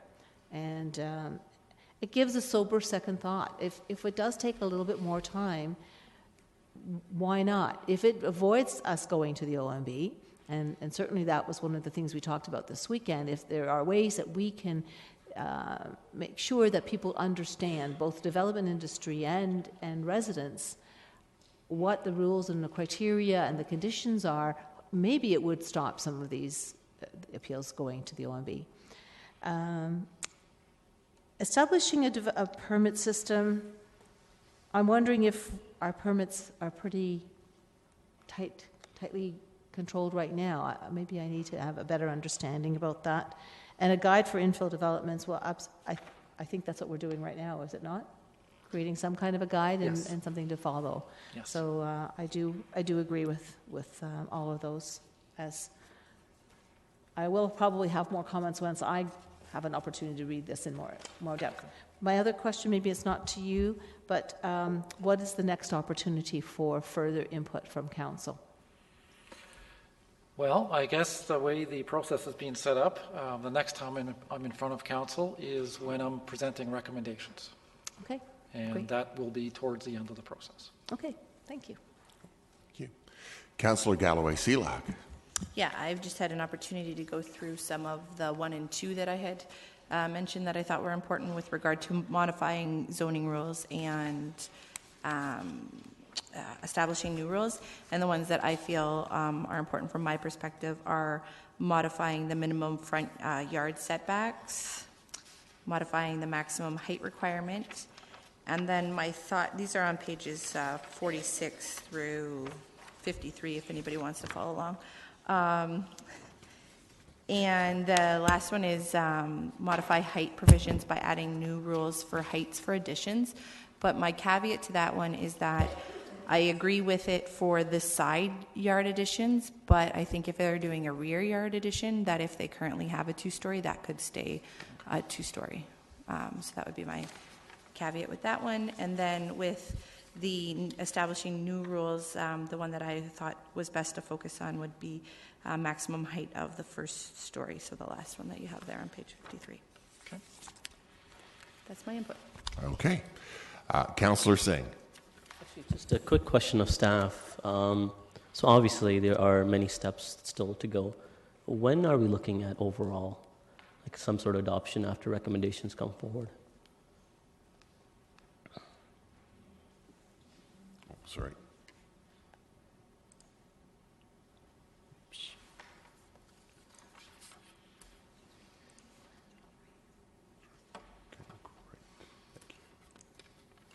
Sorry, there we go. All right. Through the chair, we are looking at public consultation from June into the fall, and so likely either late fall or early in the new year. Okay. And many of our public input sessions are, again, as the term outlines, it's public, open to anyone. Just to ensure that we get the right type of feedback from our actual development community, because you don't want a convergence of argument or discussion in the or a debate unnecessarily in these PICs. Is it opportunity to engage the development community to go through to have a little more extensive dialogue to filter through some of these recommendations or what's being considered? Mm-hmm. Is that going to take place? So we have a series of public consultation that we have planned out. So we've got some workshops. We also have stakeholder sessions and online feedback. So stakeholder sessions would be more Stakeholder session, aimed at the a lot development of community? they're self-volunteered. So people within the neighborhoods are part of that, but we do have representatives from the development industry that are part of that. And we have a strong relationship with the Home Builders Association, so we will be getting some feedback from them as well. Okay, all right, thank you. Okay. And Councillor Marsh. Thank you. Yes, the questions around when it would come back to council triggered something that I had wondered when I was reading the report. So on page 12, you have the just a little graphic talking about your 3 main tasks. So you've got right now the meeting with our committee, and then engagement session 1 and 2, engagement session 1, number 2, stakeholder meeting number 2, and then engagement session number 3, stakeholder meeting number 3, in that order. And I'm just wondering what happens in between those is when you are in between the engagement and stakeholder meetings, is there no check-in with council in between those steps, or could you please consider referring to staff and adding just a little check-in with us to give us a sense of where you're at? Okay, well, it's a fair comment. It's certainly not in the work plan. Certainly, if staff is directed to include it, I guess it will be included. The way the process was set up was that the engagement session 2 and the stakeholder meeting 2 are basically the same type of meeting as this one, where we're presenting the options and getting feedback. Session 3 is really, the 2 sessions we have there, is really the forum during which we would be presenting what our thoughts are in terms of the direction the city should go. So if you're looking for the ability to be part of that discussion before I come back to make recommendations, well, that's an extra meeting, and that's something that. No, I'm not asking for another meeting. If what wasn't added as a bullet point was draft a final set of recommendations, then if you could forward to us the draft set of recommendations that you're forwarding to these other stakeholders, that would be helpful. I think that would happen as a matter of course. Okay, I think that's just an oversight maybe that. Okay, thank you. Okay, that's all we have in the queue. Some great input and observations. Ms. Roosevelt, do you want to make some closing comments? Do you want me to do, or do you?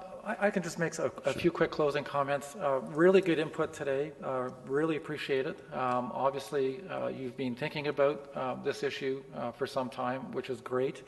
You know, it's always better to be ahead of the curve and to plan ahead rather than reacting. And that's what all of this is about at the end of the day, is thinking ahead about what you want to achieve, what you want to accomplish, and what those trade-offs are. So we really appreciate your input and your comments. We'll certainly be looking at all of them as we go forward. And I certainly look forward to coming back to you and presenting you with some more concrete directions in terms of where to go next. But thank you very much. Really appreciate it. Okay. And I should also mention too, unless it's already been mentioned, but we do now have a firm date for the next public workshop. It's June 14th. And obviously any of you are certainly invited to attend. And we'll be going through a similar process with the public. It'll be a little bit more interactive, but we're really looking forward to that as well. And you're certainly more than welcome to attend. Thank you. Okay, thank you very much. We now move on to item 2, which is a Digital Kitchener update, and Mr. Murray will give us the update.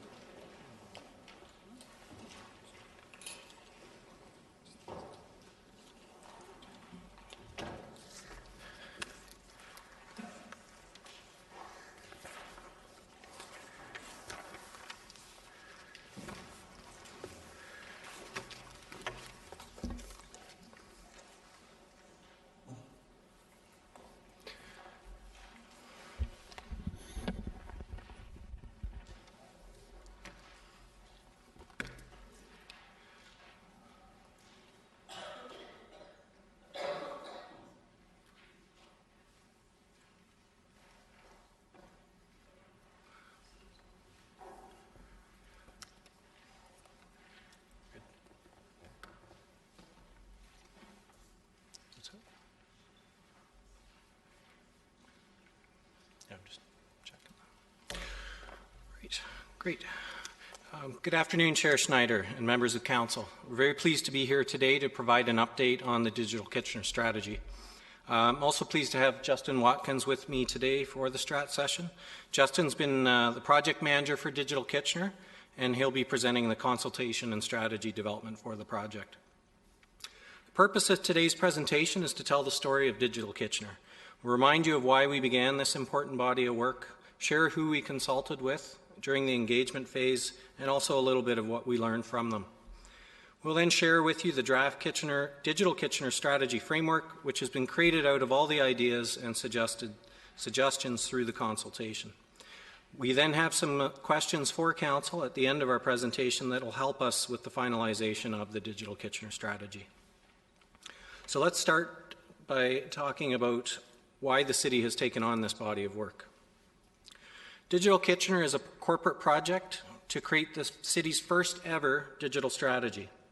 The city has always had some form of technology plan to help guide the work of IT resources and to help the organization make recommendations on the investment of technology. So how is this strategy different? Digital Kitchener is different in the sense that it's the first time our technology strategy has placed equal interest in both the internal corporate-facing needs and the external community-facing needs. This is a very unique strategy development approach that is still uncommon for municipalities to be taking on. There are a few larger Canadian cities that have used this type of approach, such as Montreal and Vancouver. But Digital Kitchener is more than just creating a new strategy.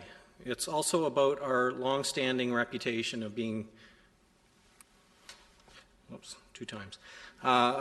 being tech-savvy and progressive, said the guy who can't get the clicker working properly, and taking that reputation to the next level.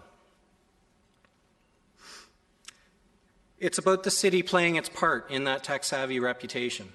That includes supporting, nurturing, and leveraging the high-tech ecosystem in Kitchener.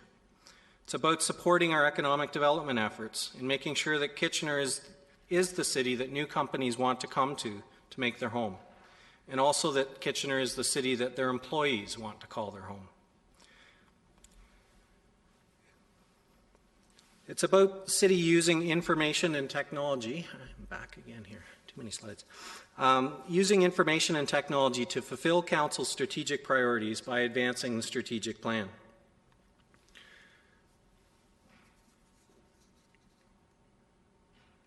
We're missing one here. All right. Strategic priorities such as open government, strong and resilient economy, and effective and efficient services will be delivered on through the actions that both leverage and provide technology-based solutions to the community. Two example actions included in the current business plan is to increase the availability of public Wi-Fi at our facilities, and also how to best increase the access to competitive fiber optic broadband connectivity. Digital Kitchener is also about continuing to use information and technology to deliver services that are keeping in line with user expectations, both internally and externally. Continuing to invest in our enterprise applications, bringing more services online, and leveraging mobile computing will ensure that we can meet the expectations of both the employees of the city and our external customers, both residents and businesses. Pass it to Justin here to walk you through the consultation.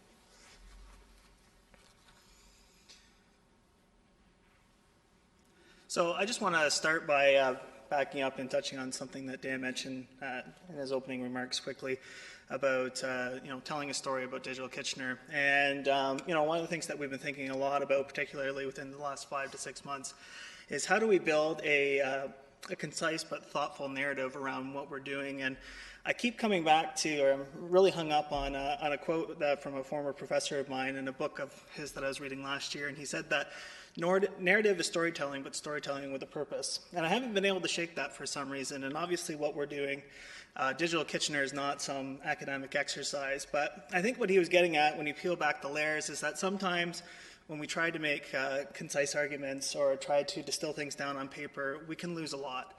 And this is a new body of work for the city, and certainly through a lot of the work we did with consultation, we didn't want to lose things like stories from people. We didn't want to lose key aspects of research that we had found. So we tried to present our presentation today a lot like a story. So as we work through it, I want you to keep that in mind. The other reason why I bring that up is because, interestingly enough, we heard from staff and from members of the community that storytelling is actually a need that we need to fulfill. We need to tell the Kitchener story a lot more broadly and a lot more frequently. So as we work through that, I'll touch on that as well, but I really wanted to preface my remarks with that. So as many of you know, I'm still relatively new here at the city. I started January 5th, and on January 6th, I was given the opportunity to come on board with this project. So we had to do a lot of research at the beginning. And I spent the better part of a couple months doing a ton of reading. But really what our work focused on was looking at two things in particular. Dan had mentioned that we've always had a corporate plan around how we use technology here at the city. So it was really becoming familiar with that last body of work. And you'll recall at the October session when Dan was last here to talk to you, that opportunity was really about closing out the existing strategy. You'll recall it really had a focus on a business-centric approach to how we delivered information and technology at the city. But there was also another important strategy that came out of that, and that was around mobile work. So with that, I had to really consider that. And then the other thing, which was the new part, was around understanding exactly what digital strategies are all about and understanding this growing phenomenon around what smart cities are really all about. So as Dan had mentioned, digital strategies are something that have been growing in popularity in recent years, really going back to 2011. I guess if you were to look for a first, New York City had its first digital strategy in 2011. And since then, we've seen new strategies pop up in places like Montreal and Vancouver. We also spent some time looking at other cities like Boston and Chicago who have really been fixated on trying to develop a body of work around what urban innovation is and the use of co-led and co-developed policy opportunities. So doing things like working with community partners to deliver services or identify opportunities to policy challenges. So when we looked at what different digital strategies had to offer, kind of what those golden threads were, we really identified that they tended to focus on, despite having their own unique flair or priority areas, they really tend to focus on 6 things. So open government, community engagement, access and infrastructure, economy, e-services, and education. But outside of that, this research still didn't tell us a lot about what smart cities were. I searched and searched and searched and couldn't find like one harmonious definition about what it was, but it was a lot like the digital strategy. Smart cities mean different things for different cities. Dan and I were just at a day session last Tuesday in Toronto, and there was a city councillor there from Alberta. Same thing again, actually focused her time talking about how they needed to define what a digital city was going to be for them. One that we did end up landing on, though, that we thought at a broad level spoke quite nicely to it, actually comes from Cisco, and they've pinpointed it as the intersection of governance, policy-making, collaboration, innovation, and technology. So we found that insightful. But also, we've been calling it Digital Kitchener, and we also had to take pause and think about, well, what do we really mean by digital? And there's a lot of work on that as well. And one that I've really clinged on to came from McKinsey and Company, and they really stress that organizations, when they're talking digital, they need to take pause and understand what it is that they're talking about, because it's really about the opportunity to use digital to open up new streams of value for organizations. And I think as we've engaged in that work, even for us through consultation and developing a framework, that's something we've been keeping in mind. So kind of armed at hand with our kind of our foundational research, we thought we'd better start talking to some people. So really throughout the spring and into the summer, we focused our efforts on internal consultation, as Dan had mentioned. If you look at it from almost a clinical point of view, the strategy is really about 2 things. It's about internal-facing needs and community-facing needs. And we wanted to spend the summer months talking to staff. We knew the summertime wouldn't be a great time probably to engage members of the public being on vacation. So we wanted to wait to do that until the fall. So really what we did was, armed with the research, as I had mentioned, beginning in March and April, we spent some time talking to roughly 50 staff from across the city. We engaged in some brainstorming exercises with them about what this could really look like. And then from there, we took those ideas and built them upon another further 50 one-on-one interviews with members of council and staff from across the corporation, and many people in this room were involved in some of those discussions. Later in 2015, we also had the opportunity to engage IT staff around what their thoughts were, what the digital strategy could really mean. We did that through online questionnaire as part of a regularly scheduled risk assessment that went on in that division. So we were able to draw on some interesting insights. But essentially what we found was that there are some clear expectations that staff and council have out of this. It's really the strategy needs to build the Kitchener we want. It needs to sustain the gains that we've been able to achieve. It needs to bring ideas to action, and it needs to do what it says it's going to do. So some of the ways people talked about that can happen is continuing to invest in mobile technology, getting people away from their desk and in the field more, automating more processes, etc.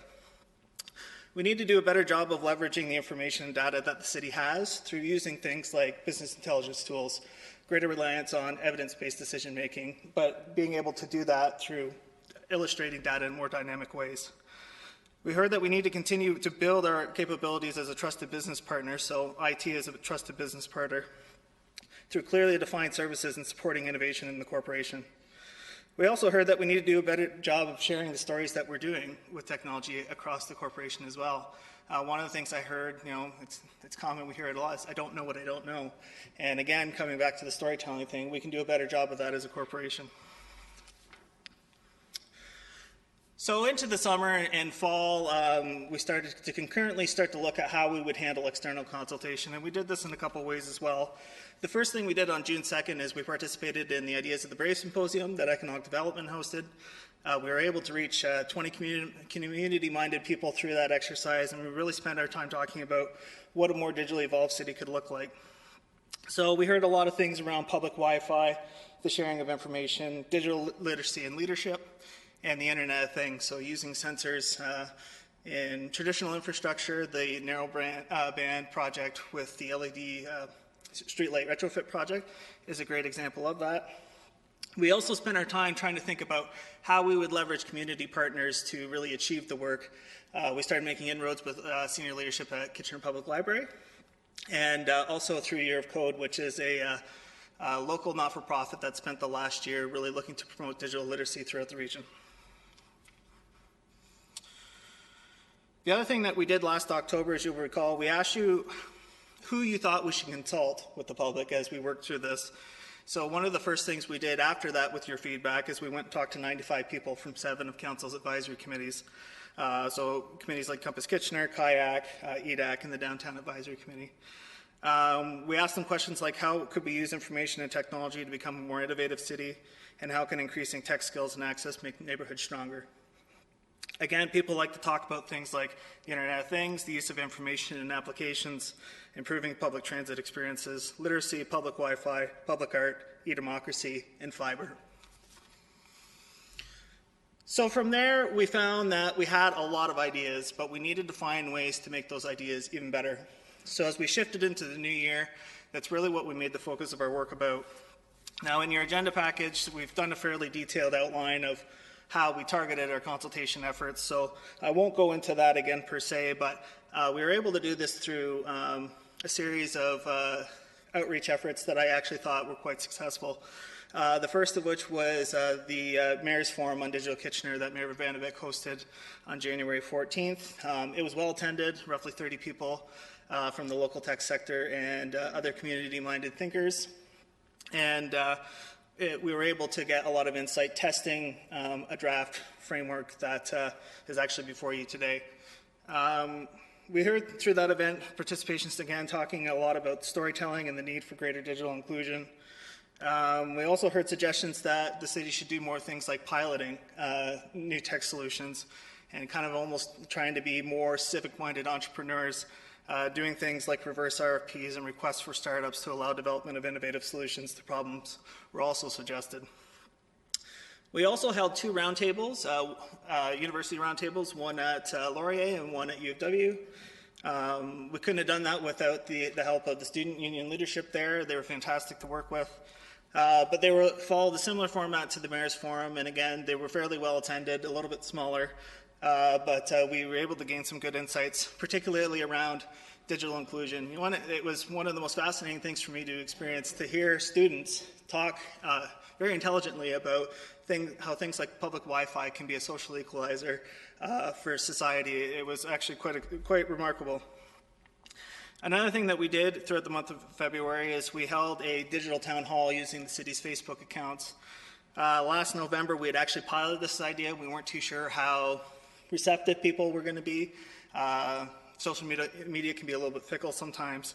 But through that, we were able to generate 432 likes, comments, and shares. So we thought, hey, why don't we try it again with 3 more questions in February, one of which was we had a probing question a little bit more around public Wi-Fi. It was something people were talking a lot about, but we couldn't quite put our finger on yet what the value proposition was around that, and Dan will be talking about that a little bit more. But we were able to engage 230 users out of that. Again, people talking about Wi-Fi and apps. One important thing we did learn from this, though, is that people were asking about a lot of things that for us we realized we already do.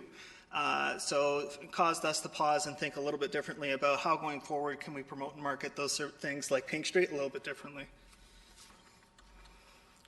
Also, through the month of February, we co-developed a questionnaire with Year of Code Waterloo Region. And really the intent of that was to gain a little bit more insight and build a bit of a profile around citizens' technological comfort, skill, and access that they have. Interestingly, there's not a lot of great data out there on a community profile basis of how tech savvy actually is Kitchener, Waterloo, and region. So we wanted to get some insights around that. We asked about people's access to the internet at home, what sort of things they could use help with through classes, etc. And then finally, just to wrap up, the way we distributed that questionnaire is we did it online and remote sites. So we held it at 4 KPL branches, 14 community centers, and at the Working Center. We also distributed it through our Digital Kitchener mailing list. Year of Code helped us out as well, Hacking Health Waterloo Region, REAP Waterloo, and a few others, including our neighborhood associations, and we were able to engage 441 people through that. So that really brings us to now, and we're in a very good position to talk a little bit more about what Digital Kitchener looks like. And if you'll just recall back to those 6 areas that our research originally identified, so open government engagement, access to infrastructure, economy, e-services, and education, that's really a framework that's somewhat stood the test of time. There's a lot that we heard that kind of relates back to that, so we've always found that very encouraging. And that brings us to this placemat here, which each of you have a copy of. It's in draft form now. It's really your first opportunity to provide us some input on it, but we'll walk through it together. And really the way that we've deconstructed it is around what the vision is, so the why are we doing it, and then the themes and draft priority actions to how we're going to do it. So just to start with the vision, again, to focus on the what we need to be and why it's important, we've zeroed it down to 4 areas. So Digital Kitchener needs to be connected, innovative, on-demand, and inclusive. So we see Digital Kitchener as being more connected by technologies that make us more competitive, more productive, and a more attractive place to be. Why is this important? Our research really indicated to us, as well as our consultation, that smarter infrastructure gives rise to smarter cities. That's why that's important. We see Digital Kitchener as being more innovative by inspiring a higher level of thinking, supporting ideas that improve service and user experiences. Again, why is this important? Our research, the City of Ottawa is very recently been promoting that they're getting into the digital strategy game, I guess if you want to call it as well. And to borrow that from them, capacity for innovation is an essential building block for smart cities. We see Digital Kitchener as being more on demand by providing people with access to the information and services they want, when and where they want it.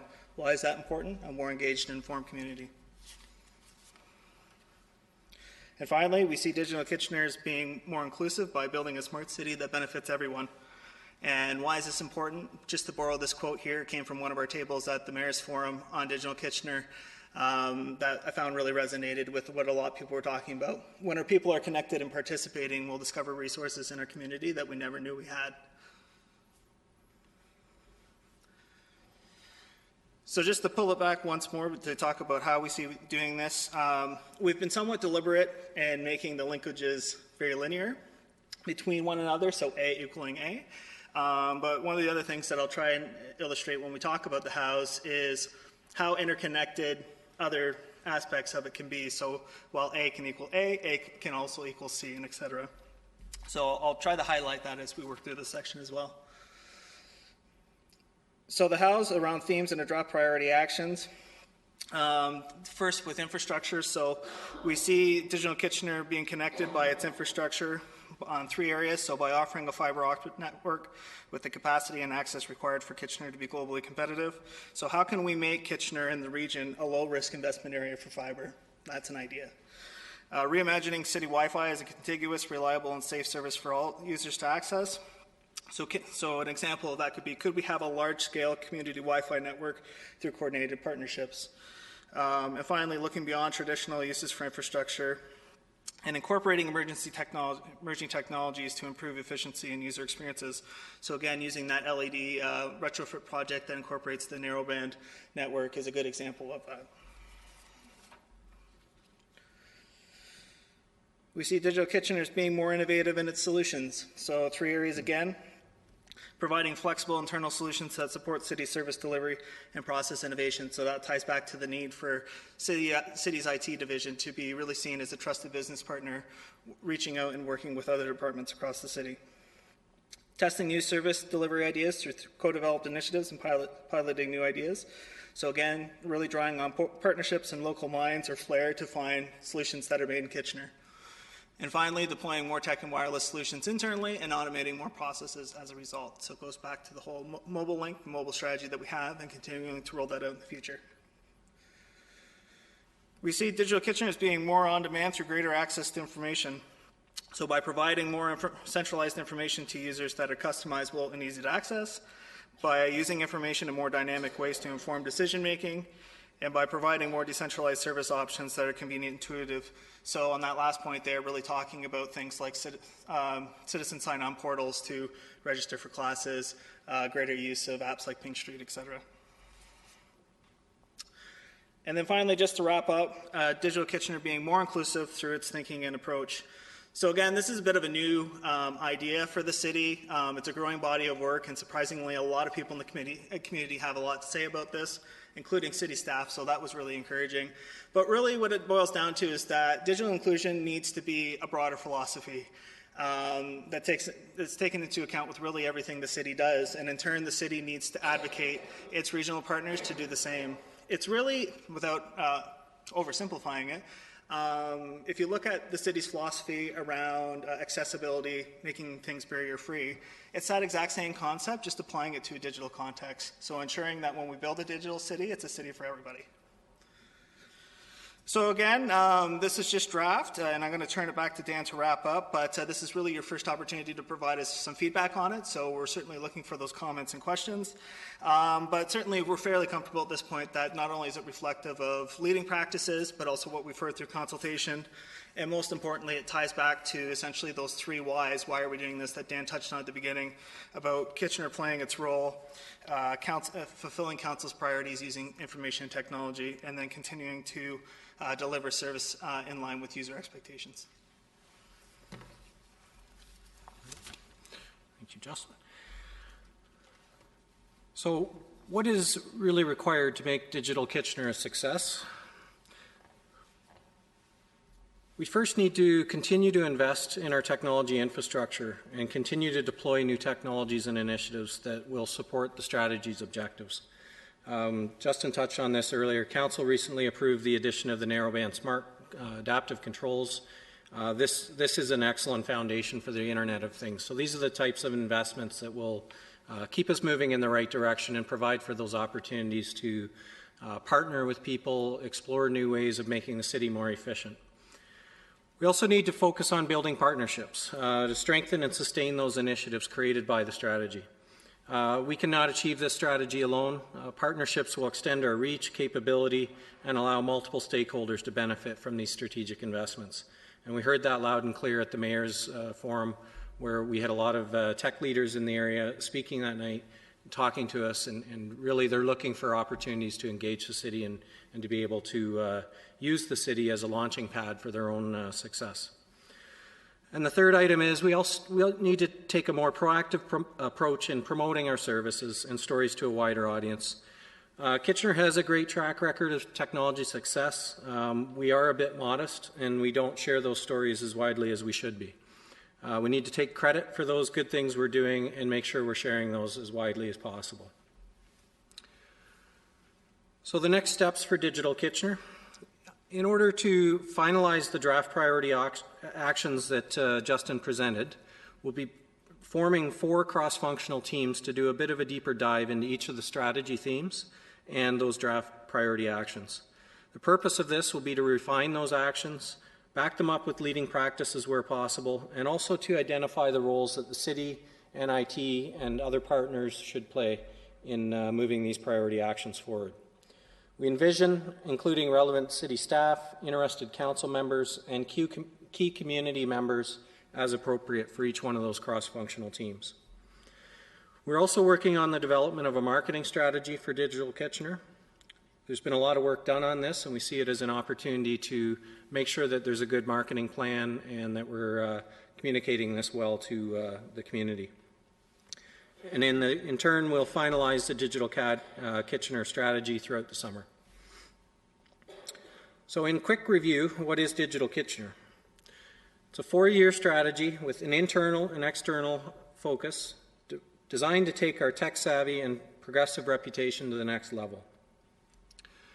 It's about building a smarter organization and a smarter community that is connected, innovative, on-demand, and inclusive. Connected by our infrastructure, innovative in our solutions, on-demand through greater access, and inclusive in our thinking and approach. And overall, a better strategy because it was made for us. That concludes the presentation we have. We do have some questions for Council. We've included those in the package that was handed out. I suspect it would probably be easiest, Chair Schneider, if I presented the questions and then if we were to open it up for... Sure, and we have some people already in the queue, so... Perfect. Yeah.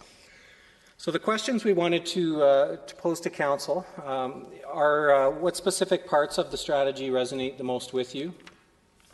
The second question, more specific to the vision, themes, and the draft priority actions. What actions do you think the city should be taking to support them? The third question's been truncated on here because you can only fit so much, but I've provided the text. So this is really around Wi-Fi, and Wi-Fi being one of the main areas that we knew was going to be highly prevalent in this strategy. We've done a lot of asking of questions through the consultation phase. So it's very high interest, but one of the things we were really looking for was a clear business case for citywide Wi-Fi, to try and understand what that would do and how people might use that. So there was very little ideas that came out, unfortunately, to really give us that business case that we could bank on. However, that is for the citywide aspect, and of course we know we're continuing to make investments in strategic locations in the city, and also we'll continue to look for those strategic partnerships where we can and make sure that we're advancing as the community responds and ideas may come forward. So we're really interested in, our recommended approach is really to just continue on along those lines, and I'm interested in Council's thoughts on that approach. The fourth question is around digital inclusion, and it's an area that as we continue to implement this strategy, we run the risk of creating a wider digital divide if we're not addressing inclusion. So we're curious what your perspective is on inclusion and what role the city should take, ranging from making sure that we can provide access in strategic locations through our community centers, possibly through Wi-Fi in our facilities and also the public areas that we're doing, all the way to taking on a role trying to raise the bar in terms of the community and the digital literacy levels. So we're curious on what your thoughts around where the city should play in that space, and also what role you think the city should play as well, because there's a number of partners who can provide those services. Should our role be more in supporting and encouraging that, or should we take a more active role? So those are the questions we had, and I'll pass it to Chair Schneider. Okay. Thank you, Dan, and thank you, Justin. Great presentation. And we have 6 councillors in the queue. We begin with Councillor Fernandez. Thank you. My first question is, how long was planned for this discussion today? My understanding from the sheet was 60 minutes. That's correct. It was a 60-minute item. Okay. And so your presentation took about 20, 25 minutes? Okay. So I'm going to make this comment. There are 9 of us sitting here. Sorry, 8 of us. Yeah, 9 of us sitting here. How can we give you our opinion when we have barely half an hour, and even at 5 minutes per person, we can't give you our opinion on all of these questions? That's right. Councillor Davey. Yeah, just to jump in. Our next scheduled meeting is until 4 o'clock, so we have almost an hour to discuss this. Okay, that's good to know, because I think I have lots of questions and comments. So I'll start with the fact that there is no indication of what the cost will be as we move forward on this strategy, which is not unlike many of other strategies we have. So can you help me understand what the cost would be? So at this point, there's been no costs identified as part of any of the items within the priority actions. Every one of these would need to be scoped further. These are based on what we've received back from council, staff, the community, and we've formed that together. We're always looking for ways to be able to direct our existing funding for our infrastructure, for work that we have underway, and at a minimum we want to make sure that we're heading in a strategic direction that gets the most value out of those. That's not to say there won't be things that will come up through this strategy that may require funding in the future. Any of those items would come back to council as a recommendation and a decision made. So what have we spent on this so far? We've had a number of forums. We've met with external consultants. We've met with staff. We've met. The mayor has had a forum. So what have we spent on this so far? I don't have the number exactly. Realistically, we've actually been we haven't spent a whole lot other than staff time on a lot of these items. In the past, we've typically, and I'm kind of going back about 6 years to recall what we spent on the last strategy, but I do believe it was over $100,000. We have spent nowhere near that, and I would suggest we probably haven't been over $30,000 in the process of the development of this strategy. So it's actually been a very low-cost strategy, and in my opinion, it's also been a much better strategy in terms of being built for Kitchener and including a lot more consultation. Okay. I'm going to go quickly through some of my other questions, and then I'm going to have a second round because I know I'm not going to be able to complete it. You reference New York City and Montreal a number of times through your presentation. How are you comparing us to that? I don't understand. We're completely different from all kinds of perspectives, having been in both of those cities numerous times. Absolutely, I couldn't agree more. And that really what we're comparing is cities that have a digital strategy. Okay. So one of the big things about developing this was understanding what was important for Kitchener and making sure it was relevant and brought forward in the product that you see so today. You're talking about a digital city. My understanding is when people are on their phones or on their laptops or their devices, they become more isolated. Sure, there's maybe interaction between the person on their device interacting with the person on the other end of another device. But to me, this is completely contradictory to our neighborhood strategy where we're talking about people becoming more, coming out, being in your neighborhood, being on the street, being in the parks. Now we're talking about making it more digital, being more cocooned and within your own personal realm. And a perfect, I guess one of the examples I'm thinking about is when you talk about literal digital literacy. What do you mean by digital literacy? What do you mean by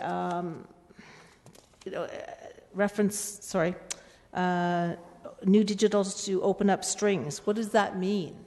Like some of your terminology is quite unfamiliar to not only myself, but to the average citizen. Maybe they're not. Maybe I'm out of the loop on that. So I'm not quite understanding what all the strategy is for, except when I hear you talk about Pink Street, which, from my understanding, we still haven't closed the loop on Pink Street because you said that people don't even know that we're using those applications. So through you, Chair Schneider, absolutely. There's areas where there is, and through the consultation we found out we need to market those solutions better. So knowing something like that and an investment we already have is a perfect example of the types of thing this strategy can deliver. In terms of creating a digital city and increasing digital literacy, it's more about providing things in a convenient manner. I certainly appreciate your comment. I have 2 young children, who are constantly on their iPods, and I would prefer they lift their heads and speak to me occasionally. But the goal of this is really about delivering services in a more effective way.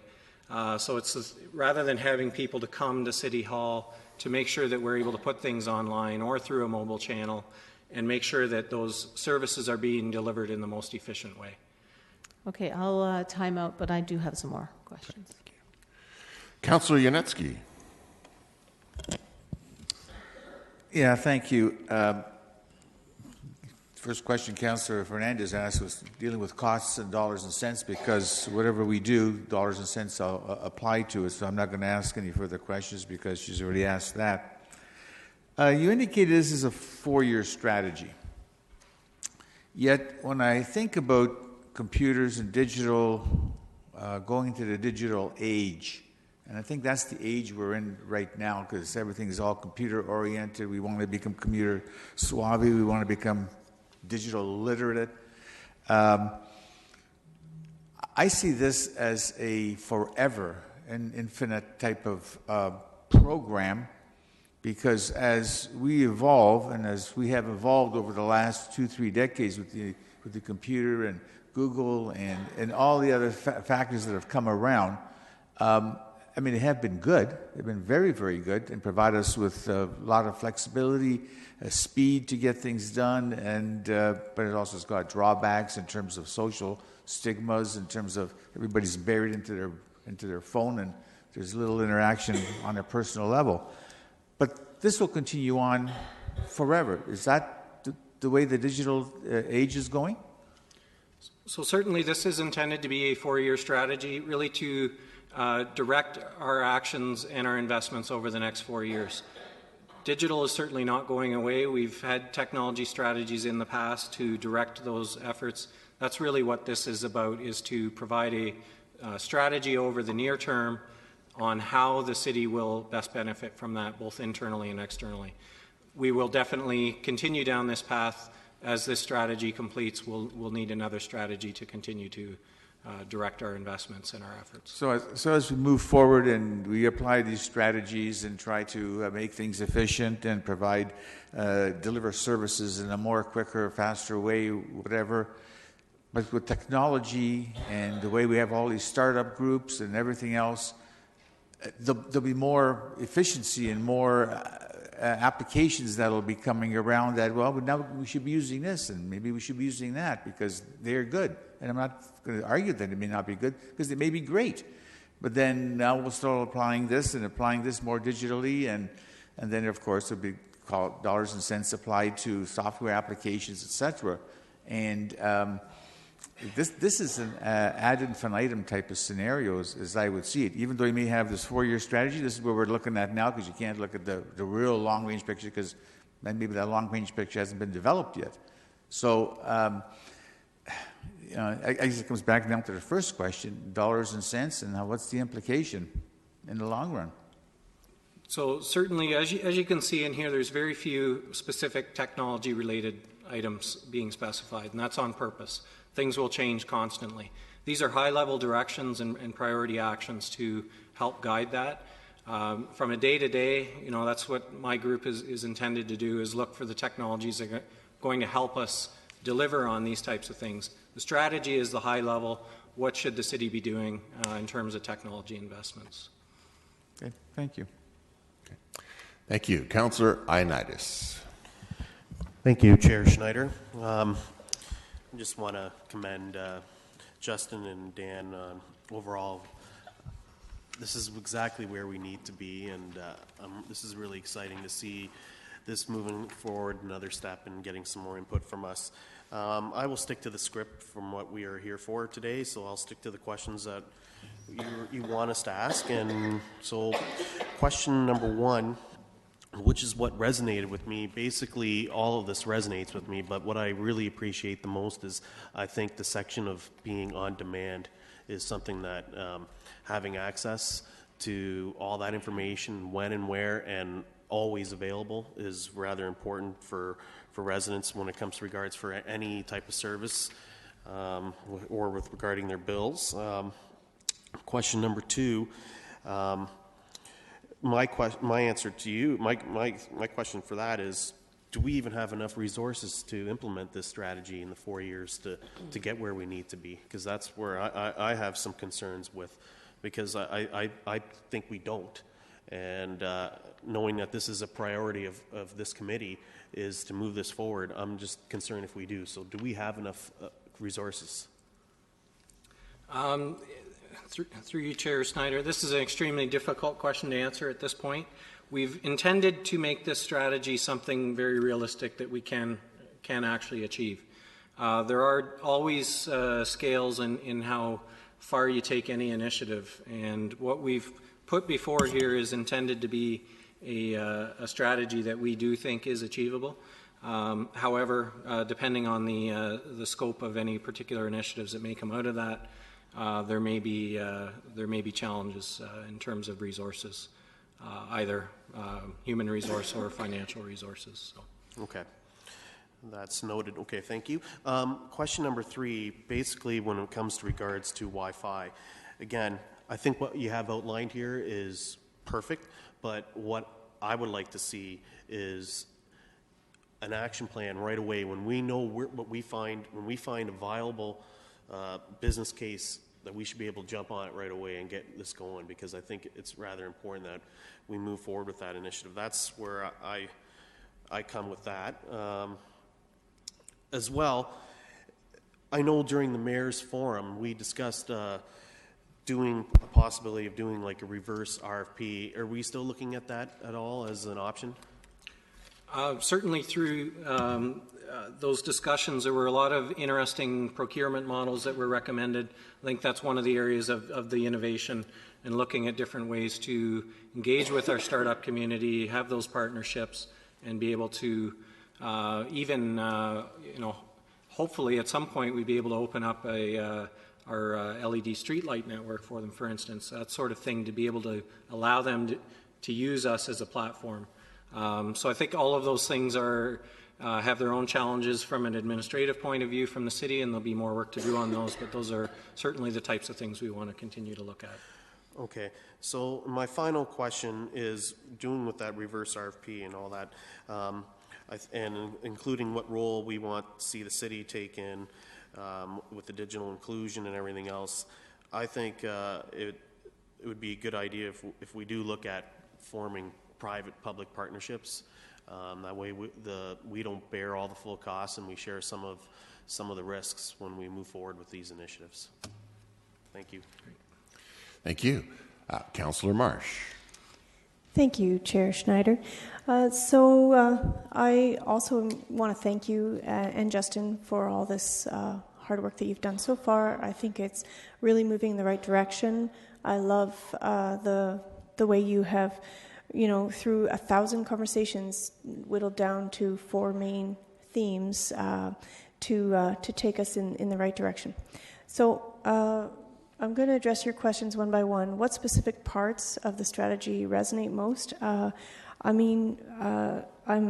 excited to hear that from all different perspectives, you've heard that it's important to make sure our city is inclusive.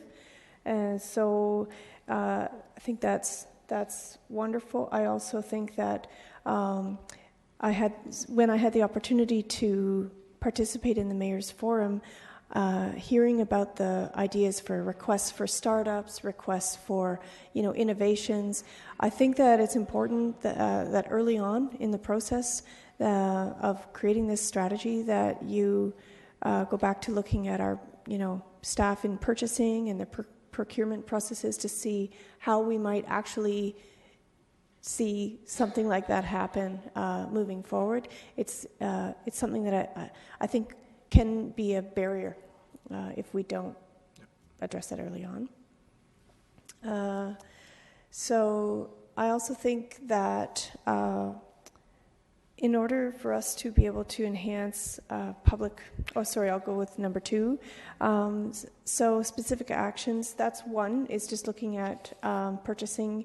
Another is looking at what are we already doing.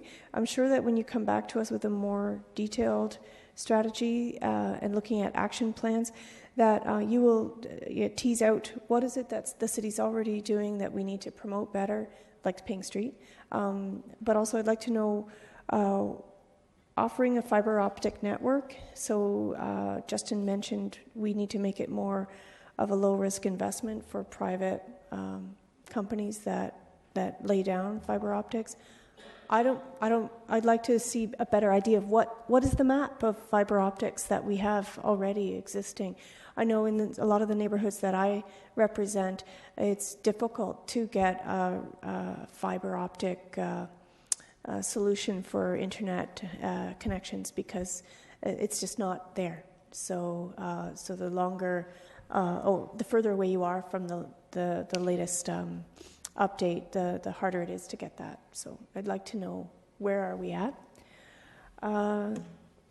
Enhanced public Wi-Fi. I mean, one of the things that I heard from one of the techies, leaders in tech at the Mayor's Forum was really kind of mind-blowing to me, that he said, Wi-Fi is old.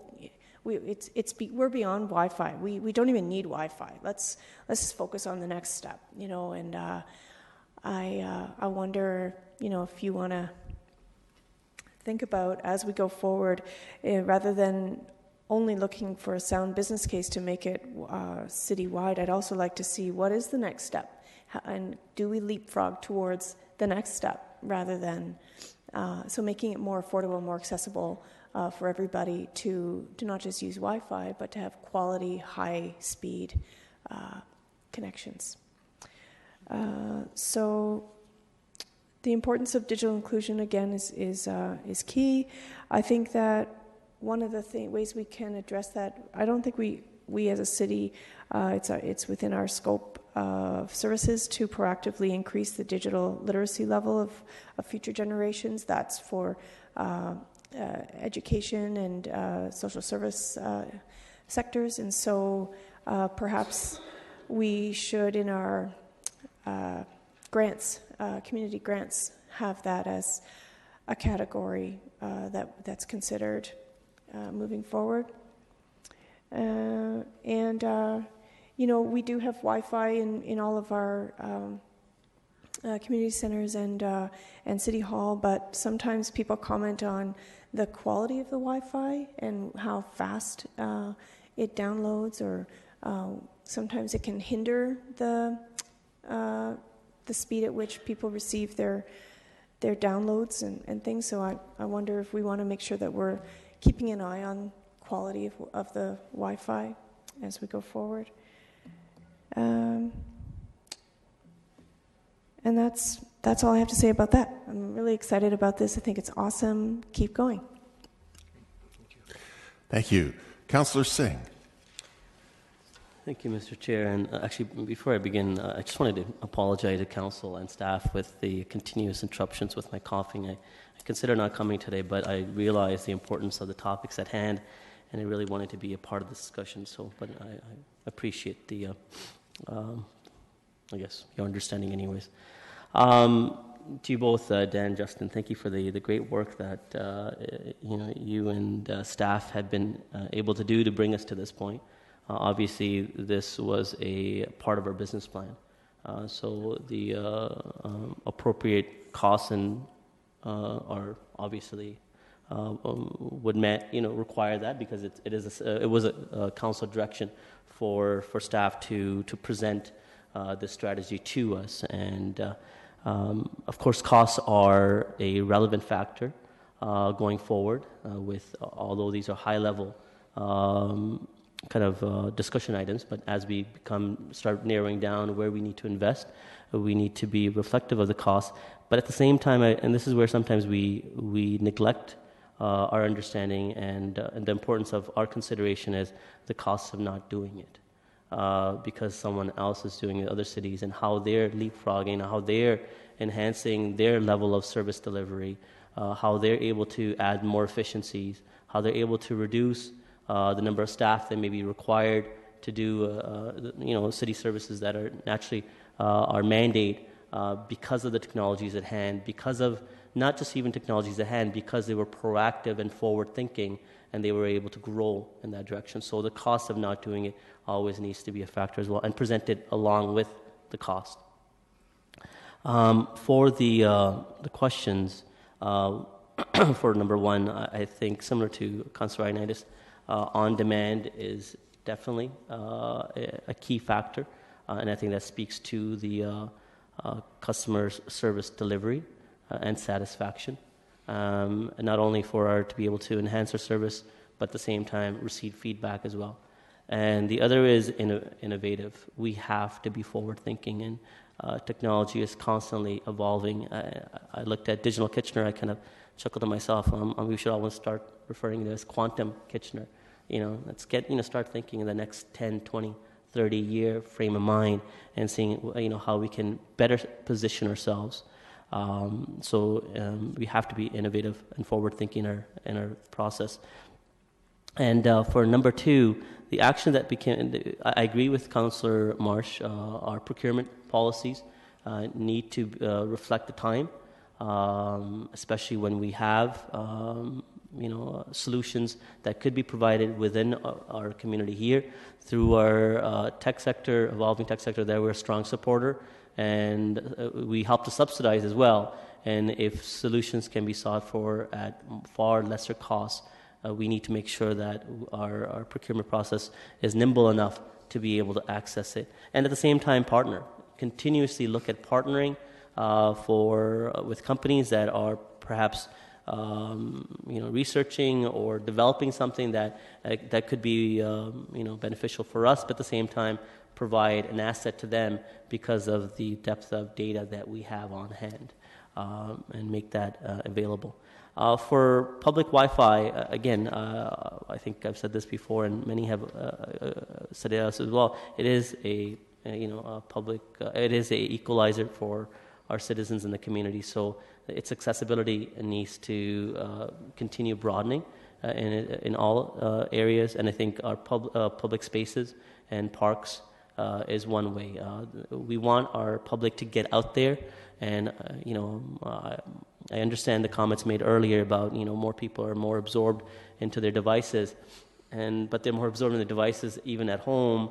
We want to make sure we can get them out, and so they can continue using those devices, but they're out there in our public facilities and enjoying the amenities that we have. But more in mind, so that they can utilize those devices to see what best way to utilize those services and those facilities and what's going on in our community. And for, I'm just going to quickly jump to number 4, for digital inclusion. I think it's, again, for all of our citizens to have access to the important data, meaning what's happening, what are we doing. We need to make sure we streamline or make it more effective way of not educating our public, but just having that information out there as to what we're doing. And you leave it up to them to research or read up on more, but what we're doing and what the benefits of our endeavors are, and so they can better utilize. And so I see digital inclusion in that format. Thank you. Okay. Thank you. Councillor Davey. Thank you. Thanks for the presentation, Justin and Dan. Just want to start with a couple of questions. If I could, I want to focus in on the parts I'm most interested in is the fiber optic network and at some point wireless access. Mr. Murray, in your research over the years, have you seen anything on the horizon that would replace the necessity of fiber optic networks in terms of speed of communication? To today, no.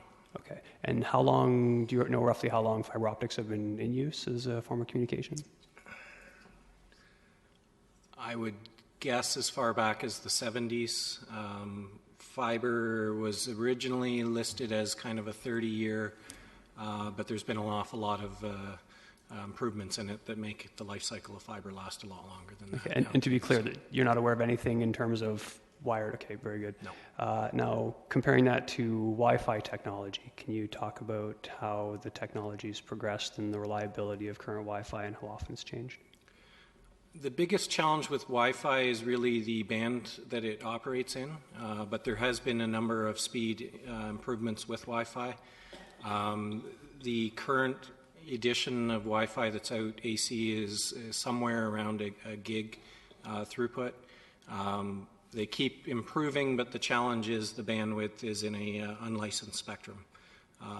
If you can get a licensed spectrum, which at this point is largely left for public safety purposes, or it's extremely expensive, those are really the limitations with Wi-Fi.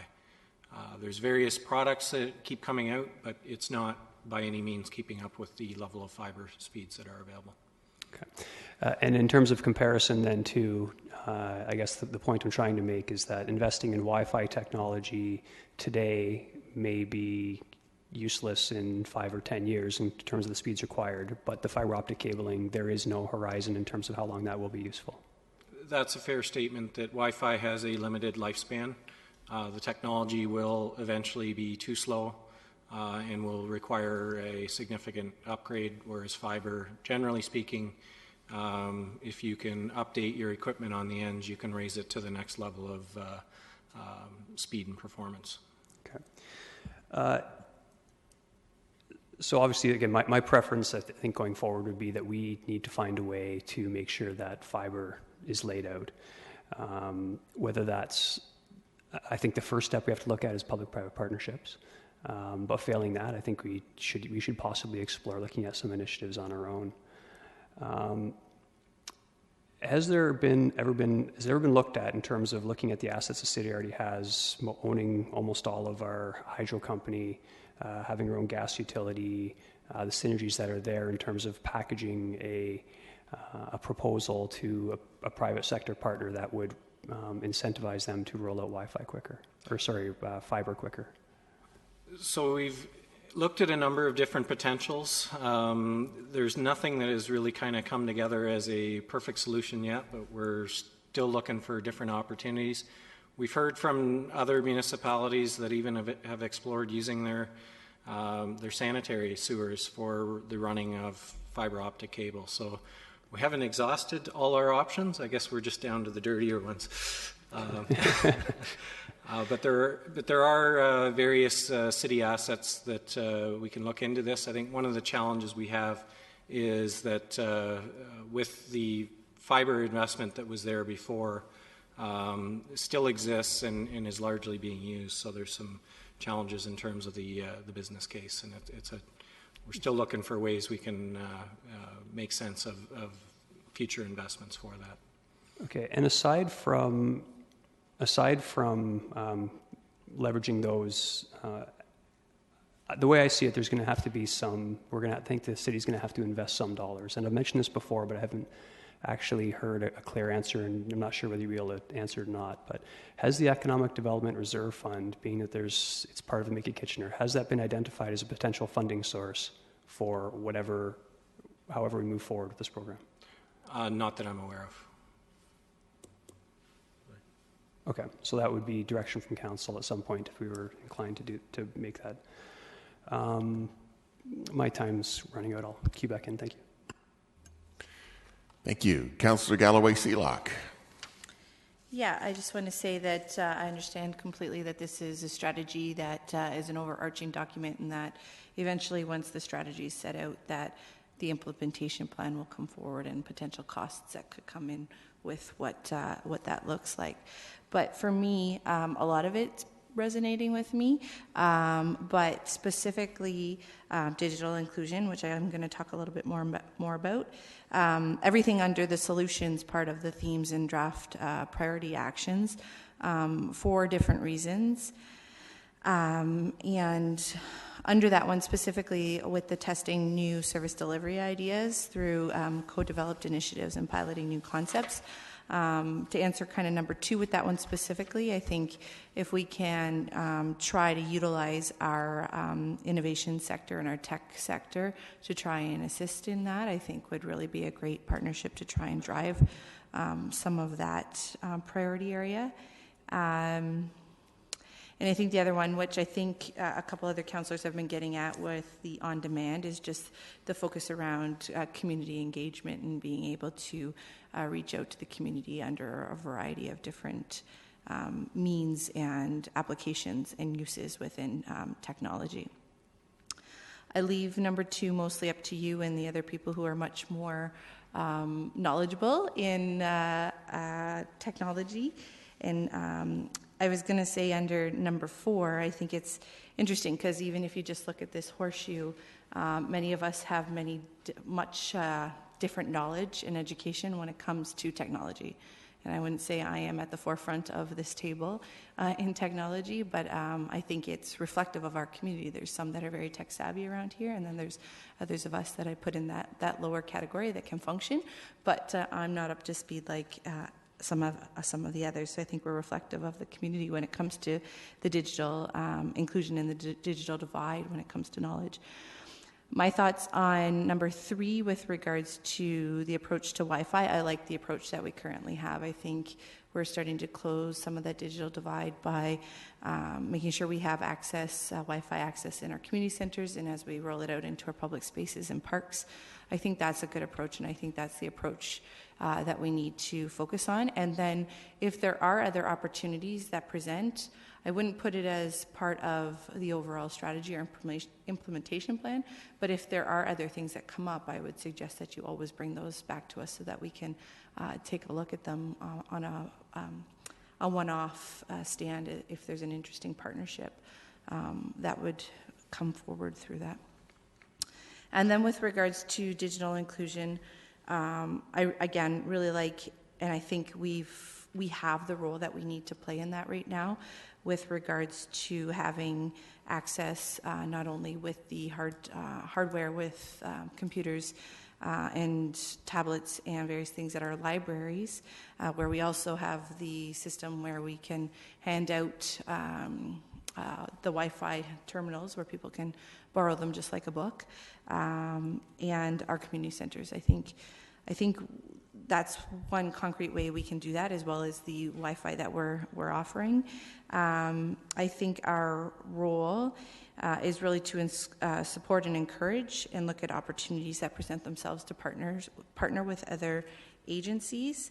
And I think what we need to do is make sure that we continue to provide the access that we're providing, and also make sure that there's education out there. As I kind of touched upon already within this horseshoe, there's many different backgrounds and knowledge on technology, and I think we just need to make sure that within our community that there is educational opportunities to continue to enhance for people who need to learn more about the upgrades that are happening in technology in order to try and bring people up to speed on the new and the latest.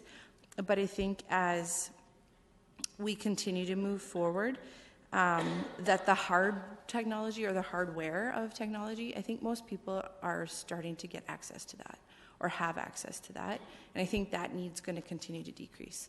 So I think it's going to be more of the knowledge that people need to continue to advance their knowledge as technology changes, which it does on a daily/weekly basis. And so, well, I think we should still provide the spaces for people to get technology. I think that is going to diminish as the years, over the next 5-10 years, because a lot of people have access through school, and it's just becoming a way of life. Most people have cell phones. So just making sure that we continue to provide or make sure we partner to have that education piece so that the knowledge piece is brought up to speed. So that's my input. Thank you. And on to round 2, Councillor Fernandez. Thanks. So I have 2 more questions before I sort of stick to the script. You talked about storytelling, and you mentioned it, I think I tallied about 8 or 9 times between you and Jason. So how does storytelling and maintaining storytelling versus services, what is more important? Because I'm hearing you talk about storytelling and that we need to tell our story, we need to tell about what we're about and how we progress and how we innovate, but then you also talk about services. So what comes first? Through you, Chair Schneider. So I think storytelling was something that was rather interesting. We didn't expect the term storytelling to come up during a technology strategy. So it is definitely something that was a little bit odd for us. But it was when we got into recognizing the comments that we had from internal staff, which was really around they need to understand better what sort of things are available to them. And as Justin put it, I don't know what I don't know. They didn't know what solutions we may have. So there was promotion internally to staff, making sure they understand what sort of technology solutions are there and what could benefit them. In the community, it was largely around raising Kitchener's reputation and making sure that the city is being seen as a technology leader as well as the community. And being able to play that part, essentially, as people put it to us. And a lot of that is, we have great technology here, we just haven't really done a great job of promoting and marketing it. So a lot of it is around doing a better job of telling the story about what we already have. So I think it plays into each other, and it's really about a marketing piece in certain instances where we're talking about services. We found out through the online survey that Pink Street wasn't, people were suggesting the city should have a mobile app where you can report problems. We have one, it's called Pink Street. So obviously we haven't reached all of the folks who think these are great ideas that should be using it.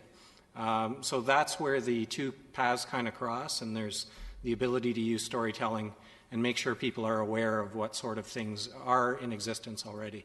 So maybe it shouldn't be storytelling, but information sharing and education, that if we're not, if I'm looking at these questions, what specific parts of the strategy framework resonate with you? Well, I think the specific part is that we're not fulfilling, we're not completing what we've started. People don't know about Pink Street. They don't know about numerous. Some of them don't know that they can apply for a building permit online. People don't know a lot of things about what we're doing. So where we maybe need to take a step back is how do we educate the public instead of moving forward with something. So on that line, my time is ticking pretty fast. So let's go to a couple of the questions. I just commented on number 1. Number 2, I think that we have to complete what we started.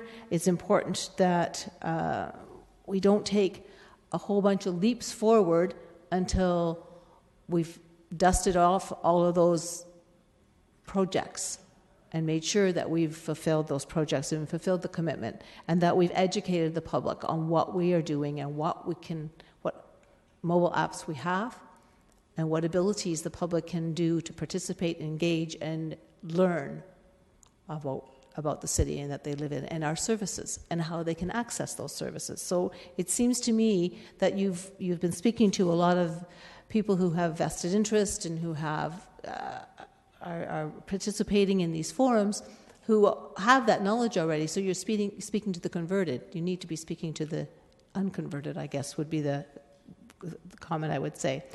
When you say, what are your thoughts around the proposed Wi-Fi? I'm in the classification that I'm not terribly tech savvy, so I would continue to leave that within your expertise.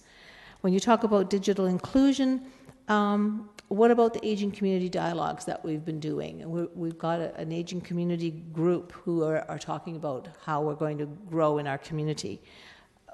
I'm hearing from a number of them that they don't have computers, they don't have mobile phones. How are we going to reach out to them through this whole digital inclusion and digital strategy? We can't forget about them. There are going to be always a segment of the population who aren't going to buy into a digital strategy, whether they have a phone just to pick up the phone for emergencies or not, or a computer. Number 7 I've talked about. Number 8, I still need to have a full understanding of what the cost implications. We have had numerous strategies come before us over the last 5 years that I've sat here, and I have to say I'm becoming a little bit less enthusiastic about supporting strategies until I have a better understanding. Whether it was in the business plan or not, we have to know what the cost is going to be. I would hope that the more we do digital inclusion and people are up to speed on what how they can use our mobile apps and how they can use our website, that we should see a significant cost savings. Would that be a reasonable expectation of all of this? So through you, Chair Davey, sorry. Chair Schneider, I'm not used to this committee. Certainly in any investment, that's where we're really trying to make sure that we have a strategy guiding where we're putting our money. There's always, there's a cost to having strategies, building them, and certainly in implementing them. This particular one, as it sits, does not have any costs associated with it. There will be things that may come out of this as we get further direction and we define those priority actions. That's at the point where we will have a business case to either support or it won't be brought forward. So I think the key is that this is just really looking at where we need to go, and we will advance each one of those strategic priority areas with the appropriate backup. But if we okay, I'm going to have to cut you off. I'm going to have to cut. No, I'm going to have to cut you off. We have in camera at 4 o'clock, and I have 3 people in the queue, and Mr. Chapman would like to speak. Through Mr. Chair, I just wanted to respond to the comment about ensuring that a broad representation of stakeholders was consulted. I want to assure Council that that did in fact happen. When we came to you before, that was the specific question we had for you. Who should we be consulting with? And I think a number of councillors expressed concern that we don't want to just speak to the people that are converted, have a vested interest. And so if you look at the stakeholder list, you'll see that's why we've included groups like the Working Centre, the Mayor's Advisory Council for Kitchener Seniors. Even in going to the community centres and the libraries, we wanted to make sure that we consulted with people through paper surveys who don't access technology. And so I can assure you that we have, through those 1,000 conversations, consulted with a very broad cross-section of the community, and we're satisfied we've heard from those voices as well. Thank you. We do have 3 in the queue, and I'm just going to ask that you try to be as efficient as possible. Councillor Davey. Thank you. Just to pick up where I left off, I guess I look to staff to comment on whether they would appreciate direction from council to consider. I personally think we're beyond the notion that internet infrastructure is an economic development driver. So I'm looking to staff to comment if they would like direction from council that, without putting any dollars associated to it, that staff consider that as a potential funding source for any strategies that come out of this.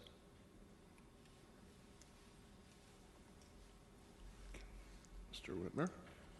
Through Mr. Chair, yes, I think that would be helpful. As Council may recall, we have outlined in general terms the intent for the use of economic development reserve. So if there are additional priorities being brought forward by Council, it would be helpful to have a resolution. Okay, and just to be clear on that point too, the dollars weren't specifically allocated within that, and I believe part of that did mention Connect Kitchener, or I can't remember, sorry, Make It Connect. So I'm just, okay. Mr. Chair, I would actually move that, but I just have a couple quick comments and questions first. I did want to comment on the, just general thoughts for the inclusion piece as well. I think maybe, I don't think obviously that we should be looking at doing citywide yet. It doesn't make sense because from the technology standpoint. Something that we might want to consider doing is looking at a map and see where we have existing Wi-Fi within the city, and maybe have some sort of goal where all residents, within a 10-minute walk, for example, can access an open Wi-Fi access point. And I think we could, again, look at working with the libraries and their community centers as well to expand some sort of device sign-out, because tablets and well, I guess cell phones, especially in tablets, have dropped to such a point that it's probably not unrealistic to have our community centers signing out, having some sort of security measures in place that they don't leave the facility, being able to sign out tablets for those times that the computers are locked up, and at the libraries as well. I just want to point out too that I think the key to the breaking the digital divide is going to be this rollout of fiber and increasing the competition out there. And I would note that just the end of last month, Rogers, to their credit, came out and announced a program for low-income families where they will provide internet access high-speed for, I think it's $10 a month. So there are private sector solutions that are coming down the pipe. And sorry, Mr. Chair, then, so I have written it out, but I'm not sure if it's necessary, but basically my motion would just be that in developing actionable items within our Digital Kitchener strategy, staff be directed to consider the Economic Development Reserve as a funding source. So there's no dollar set to it, just that they know that's something they can look at. Okay. Councillor Ioannidis. Okay, thank you. I think Councillor Davey touched a little bit upon this somewhat, but it didn't give really a word for it. But I think some of the strategies that we could, when we do implement some of this, is look at pilot projects. That way it's baby steps and not full-fledged getting ourselves involved and not knowing what some of this stuff is not fully proven, and I think it'd be prudent if we took more baby steps towards that. But as far as Sorry, I accidentally clicked you off. You can just click it back in again. That's okay. You got to pass. You're thank you. new to this. It does take some time to get used to that. So just to do a quick comment on Councillor Davies' motion, I don't mind having that looked at as economic development with the funding for the strategy, but I think it only should be looked at a certain percentage, because this strategy involves more than just economic development, so it should come from multiple funding sources, in my opinion.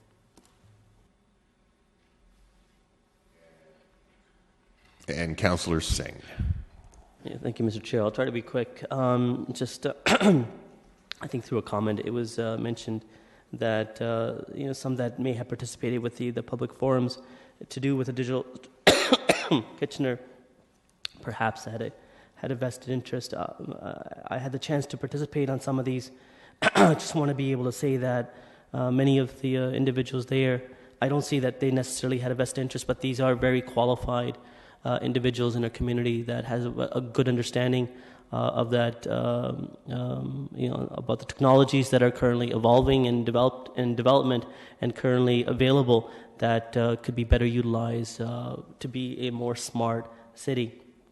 And the other is, speaking of those technologies that exist and are being implemented, can staff, as we proceed this discussion forward, provide a more detailed kind of synopsis of what other cities have done, what has been successful, what hasn't, and it allows us to better understand and accept some of the proposals that do come forward. And also quickly speak to Councillor Davies' motion. I appreciate I think the emphasis of the motion does say consider, and I think would allow us to engage in more dialogue and discussion to see exactly what component of the Economic Development Fund would be appropriate usage for the digital strategy. But I do see clearly a link towards our economic development. Okay. Scott, Councillor Davey, do you want to bring your motion so we can all see that, or can we put that on the screen, or just... Sure. Can you just cue in? Again, just so everyone's clear, it reads, in developing actionable items within our Digital Kitchener strategy, staff be directed to consider the Economic Development Reserve as a funding source. Okay. And do we have a seconder on that? Seconded by Councillor Singh. All those in favor? Okay. Question? Councillor Fernandez. I would like to have a better understanding of what kind of amount you're talking about here when you're saying economic development funding. I specifically didn't choose an amount because I want staff to flesh out the rest of the consultation process. They could come back and say that, in their opinion, it's not required, or they could come back and say to launch in-depth municipal broadband platform, it's going to cost millions of dollars. I don't want to make that decision now. That's why I left it as consider. Is there a concern that there isn't, are you preempting a budgetary conversation around what we would be setting aside through our budget process? I'm just simply identifying a funding source now, as opposed to and giving staff an idea of the parameters of what I'm looking at, versus having to identify that later on, as for example, putting it in the tax levy. I have a question for Mr. Chapman. So I know that there are times we do identify a funding source for particular items. But this was part of our business plan, as Mr. Murray identified earlier. Therefore, I would presume that there would be some funding attached to this whole program as we move forward. By saying that money should be coming out of a particular fund, are we, in essence, talking in advance of funding that we've already earmarked as we move forward in our budget process for this particular strategy? Through Mr. Chairman, no, I don't believe that's the case in this situation. I think, as you've heard recently, we've really tapped out our ability to fund Wi-Fi expansion as a part of our existing program. That's why we submitted the grant application for the Canada 150 program, and that was a new budget ask this year. So I think it's realistic to assume that any major future investment in Wi-Fi or broadband will require an investment of new funds. I agree that likely any major decision would be made through budget. What I understand this motion to be saying is that it's reasonable that we would consider whether or not the Economic Development Reserve could be a funding source as a part of that solution. Okay. By identifying the Economic Development Reserve Fund as a funder for this, how many other possible areas would that eliminate? Could that eliminate? Because we have a whole list of funding options that we would pull out of the Economic Development Reserve Fund. Through the chair, I think the point was made by another councillor, and he is correct, that fiber and broadband is a priority within the economic development strategy itself. You've not dealt with specific allocations of funds, only a high-level work plan, and so I think there is a connection between the two. At the end of the day, it will be a future decision of council to make around whether or not you formally allocate funds here. So this simply gives us permission to, as we develop a business case, explore this as one potential use of funds. Okay, I just don't want to see that reserve tapped out too soon, and then us having a future request to start another kind of economic development investment fund program like we've really just finished. So that's where my concern lies.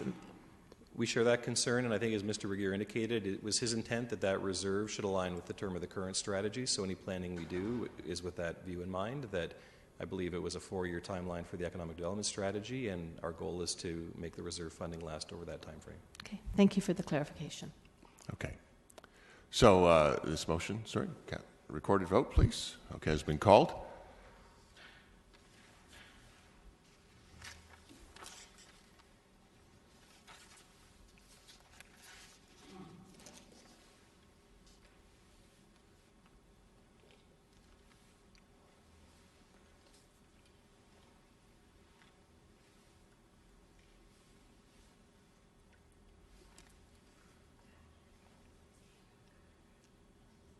Oh, sorry.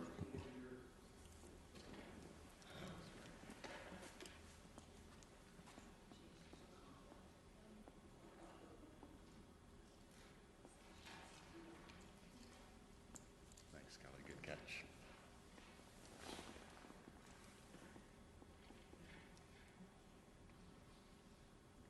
And all those in favor?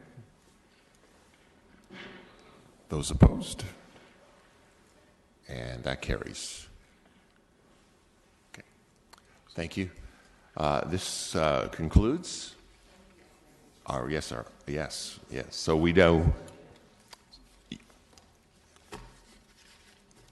Councillor Singh. Just so for the record, just the minutes should take into account that the conflict for Mayor Brnovich is because he wasn't here. Yeah. Okay. Thanks. Excellent. Okay. Now we need a motion to move in camera. Forwarded by Councillor Galloway-Selak, seconded by Councillor Fernandez. Motion to adjourn.